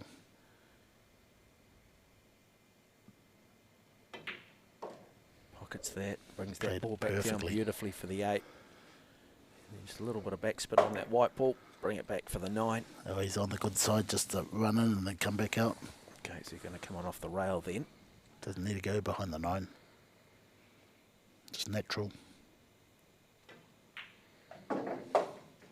Look at that. And there we go, beautifully done 5 from all. Sullivan Clark, and it's suddenly 5 frames each. Boy, this has been impressive, this frame. So the man from Eindhoven up against the man from Remuera. It is Teutscher versus Clark. First to 7. Who blinks? And it could just simply come down to, well, my break, a good break, I clear the table, and all the momentum is with me. You just sort of sense at the moment, I'm not sure it'll come down to a mistake, will it? Yeah, I think it's going to come down to one bad miss. One bad miss, there you go. The Professor, Dale Budge, also alongside of me. Or bad positional play. Okay, the pressure's on Marco now. He has to make a ball and he has to run out. Yeah, I just don't know whether those words go that well together, pressure and Marco. I mean, it's a nice, Last break it's was a a nice, dry break. it's a nice thought, but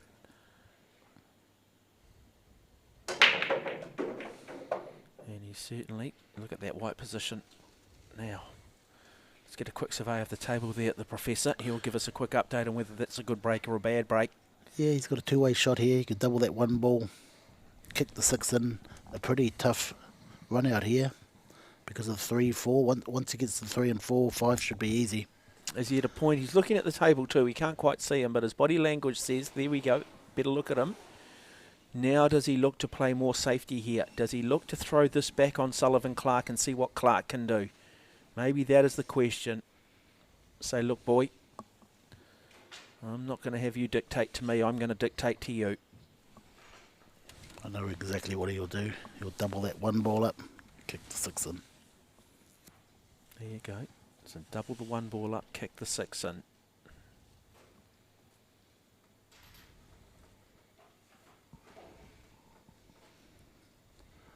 But it's a crucial stage of the game here.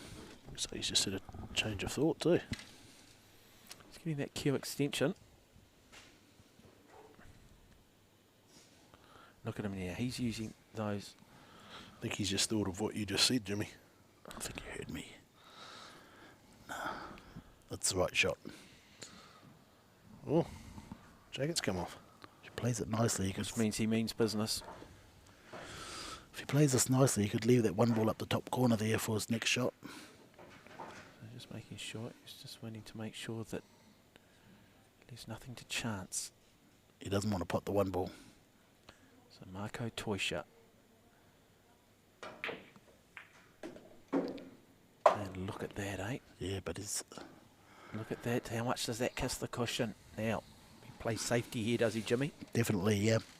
But I And can't what see. is the safety shot that he does play? He's going to have to almost bring that white back behind the 9, doesn't he? But is he on the wrong side? Yes, well, I can't see a safety here. So maybe he cuts it in. Jacket's back on. Yeah, I it's a think he little was bit more chilly. concerned about probably the jacket just direct coming touching. across the table, touching I the noticed, table. yeah, you had a couple of looks at his shirt just Yeah. to make sure it wasn't going to make contact with any of the balls at that end, the kitchen end of the table. So if that's called the kitchen, what's the bottom of the table called? Probably not the laundry. Basement. The floor. Foot. The foot. It's the foot of the table. Why we're laughing is that Jimmy off camera was putting down to his Gesturing. gesturing. I was thinking, well, you're pointing at the floor.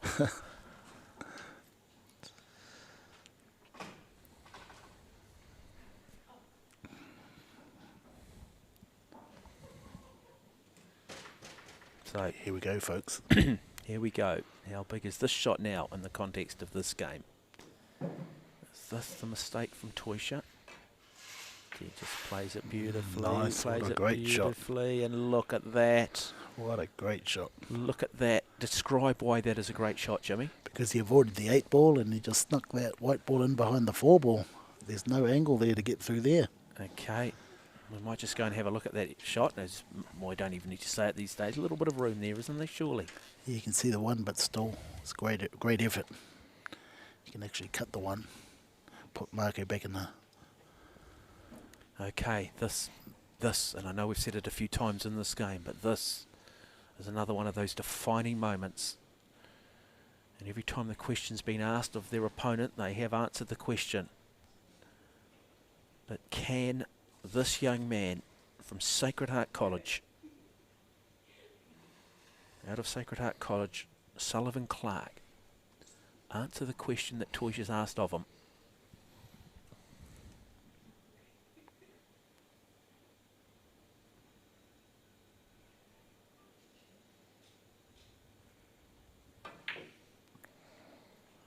that safety. Hasn't done enough though, has he? No, he hasn't. Still, it's in a good position. Hard to play safe from here.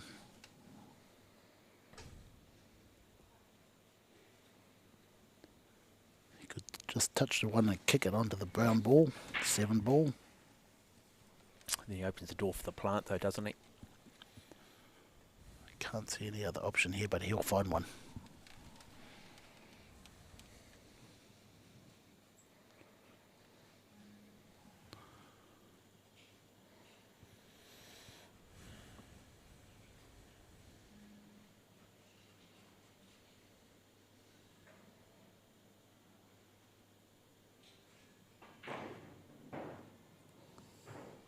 Not happy.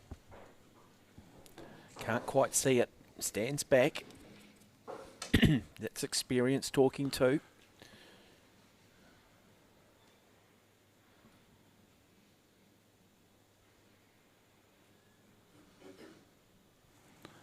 Okay, he's going to have a look at the face double to the middle pocket, maybe.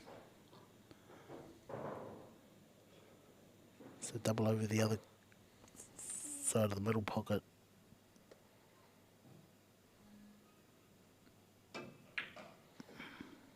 Oh, close, but no cigar. Oh, and off.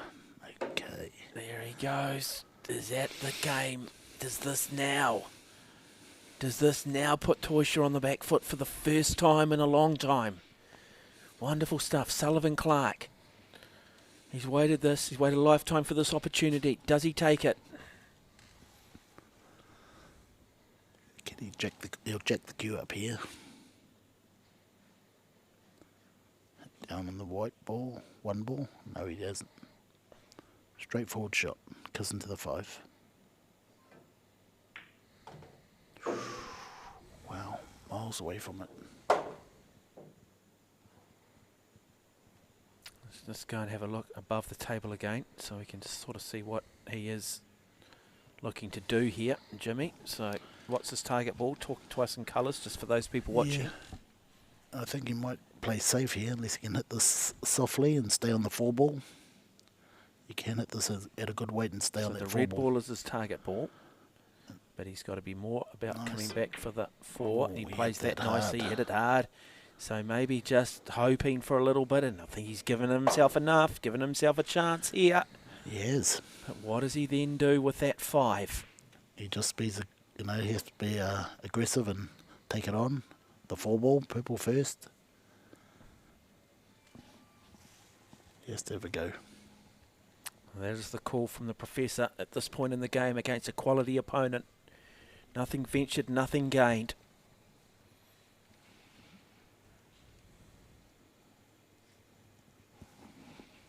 I can't see a safety unless he sits the white ball behind the black. That's the other option.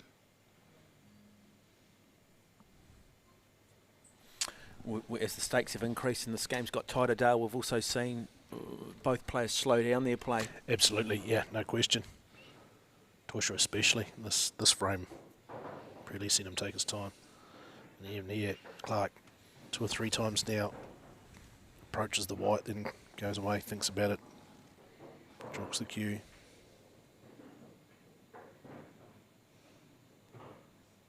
Percentage here, behind the black.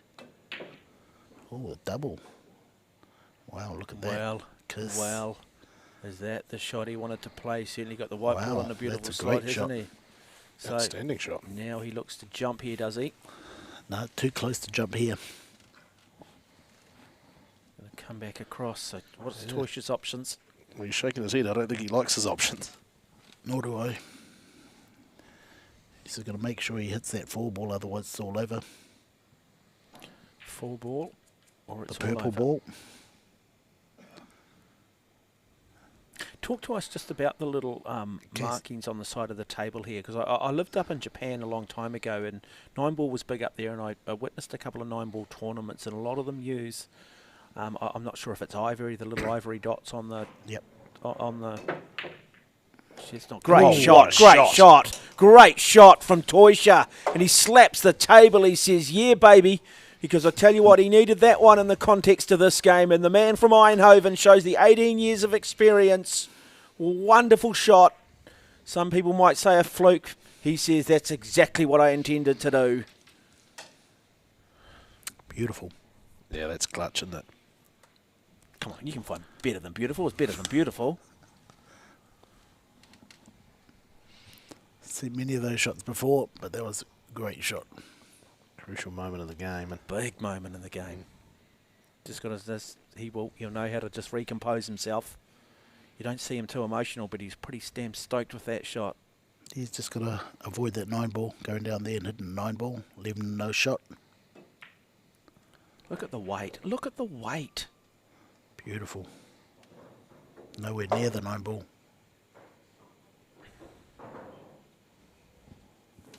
Wow. Just when we thought he was in trouble, he got out of it. Well, he just used the geometry of the table, didn't he? And that's why you should stay in school, and that's why we should all study mathematics.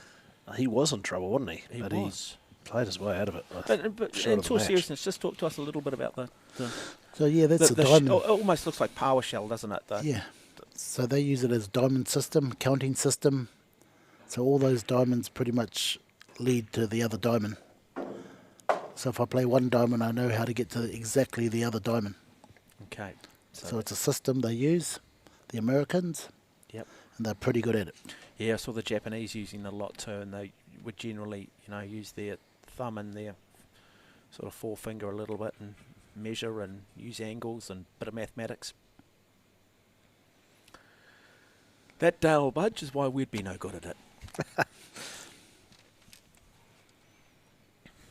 Hope you are enjoying this coverage. Good final, two very good players. Arguably two of the very best. Well, certainly one of the best in the world in Teutscher.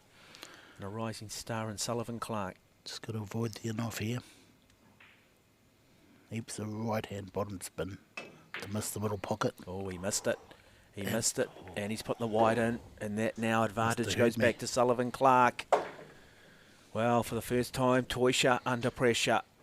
He pulled off a miracle shot earlier.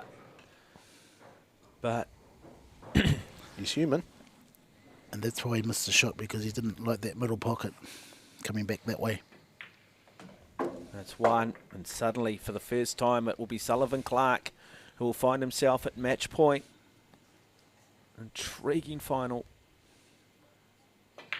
And well done to Sullivan Clark. Outstanding frame from him. And suddenly, it is 6 frames to 5. There's the first shot he missed. I told you it'd be a relatively easy shot they miss. That was going to lose them the game. I didn't know that would be it, but... What are the lotto numbers this week? Excuse me. Oh, geez, I tell you what, you look at that last frame, I mean, the shot that you really don't expect him to make, he makes, and then probably didn't expect him to miss there either. Wonderful stuff. Wonderful stuff. Well, last week we had an 8-ball final, and it ended up going to a deciding frame, and this could very much go in this direction. This break now for Sullivan Clark could determine his fate. Has Clark beaten Teutscher before? Yes, he has. He has. So it's not a first. But Teutscher's only lost maybe 4 or 5, since he's been here. Tournaments since he's been here, so, he has to lose somewhere along the line. Oh, look at that. Nice control break. It's not a bad thing, though, losing, is Oh it? I my mean, I God. keep saying it, to stay number one, train as if you're number 2. What I mean by that is it's really easy to get complacent when you're number 1, and sometimes you've got to still just keep saying, hey, look, I'm not there, I'm still aspiring. Exactly. And of course, for Teutscher, he won't necessarily be looking, I'll use that metaphor, he won't be looking so much at the New Zealand record book. His eyes are always on the world record book, aren't they? This is a big chance, I think, here for Clark, isn't it? Oh, 1 and definitely, 2 mate. down already, and in reasonable position, I would have thought. Yes, Where's the difficulty here? no difficulty at all. Just avoid that 8 ball and he should win this. Straight up and down the table. It's all there. Wow, that was a good shot that. He put some inside English. He was going against grain and made the ball go the opposite way by putting a different spin on it.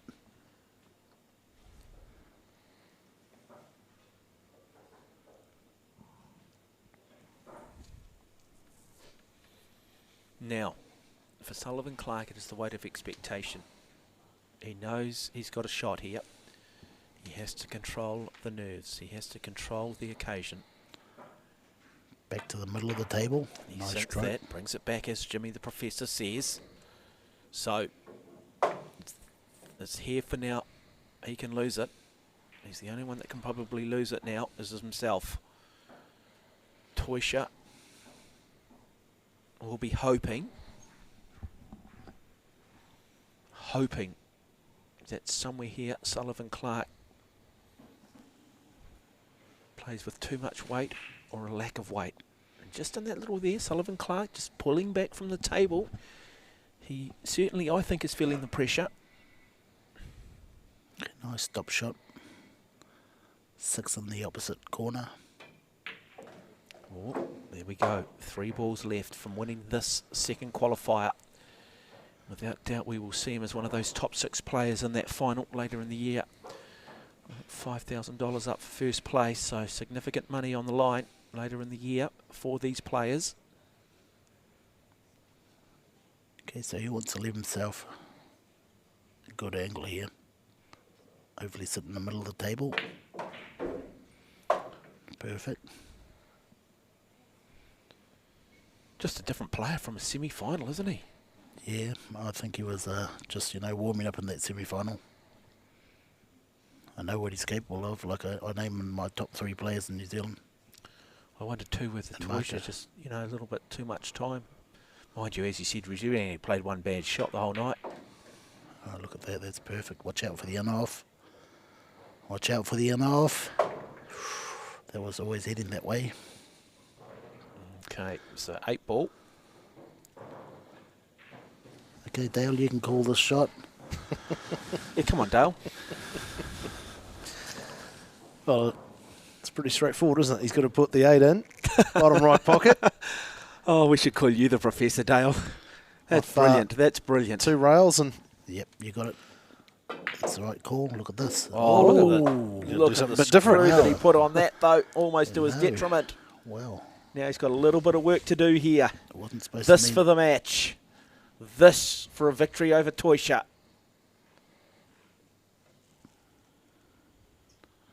He's going to take his time. he's been fantastic. in He this has final. been brilliant in this final, Sullivan Clark.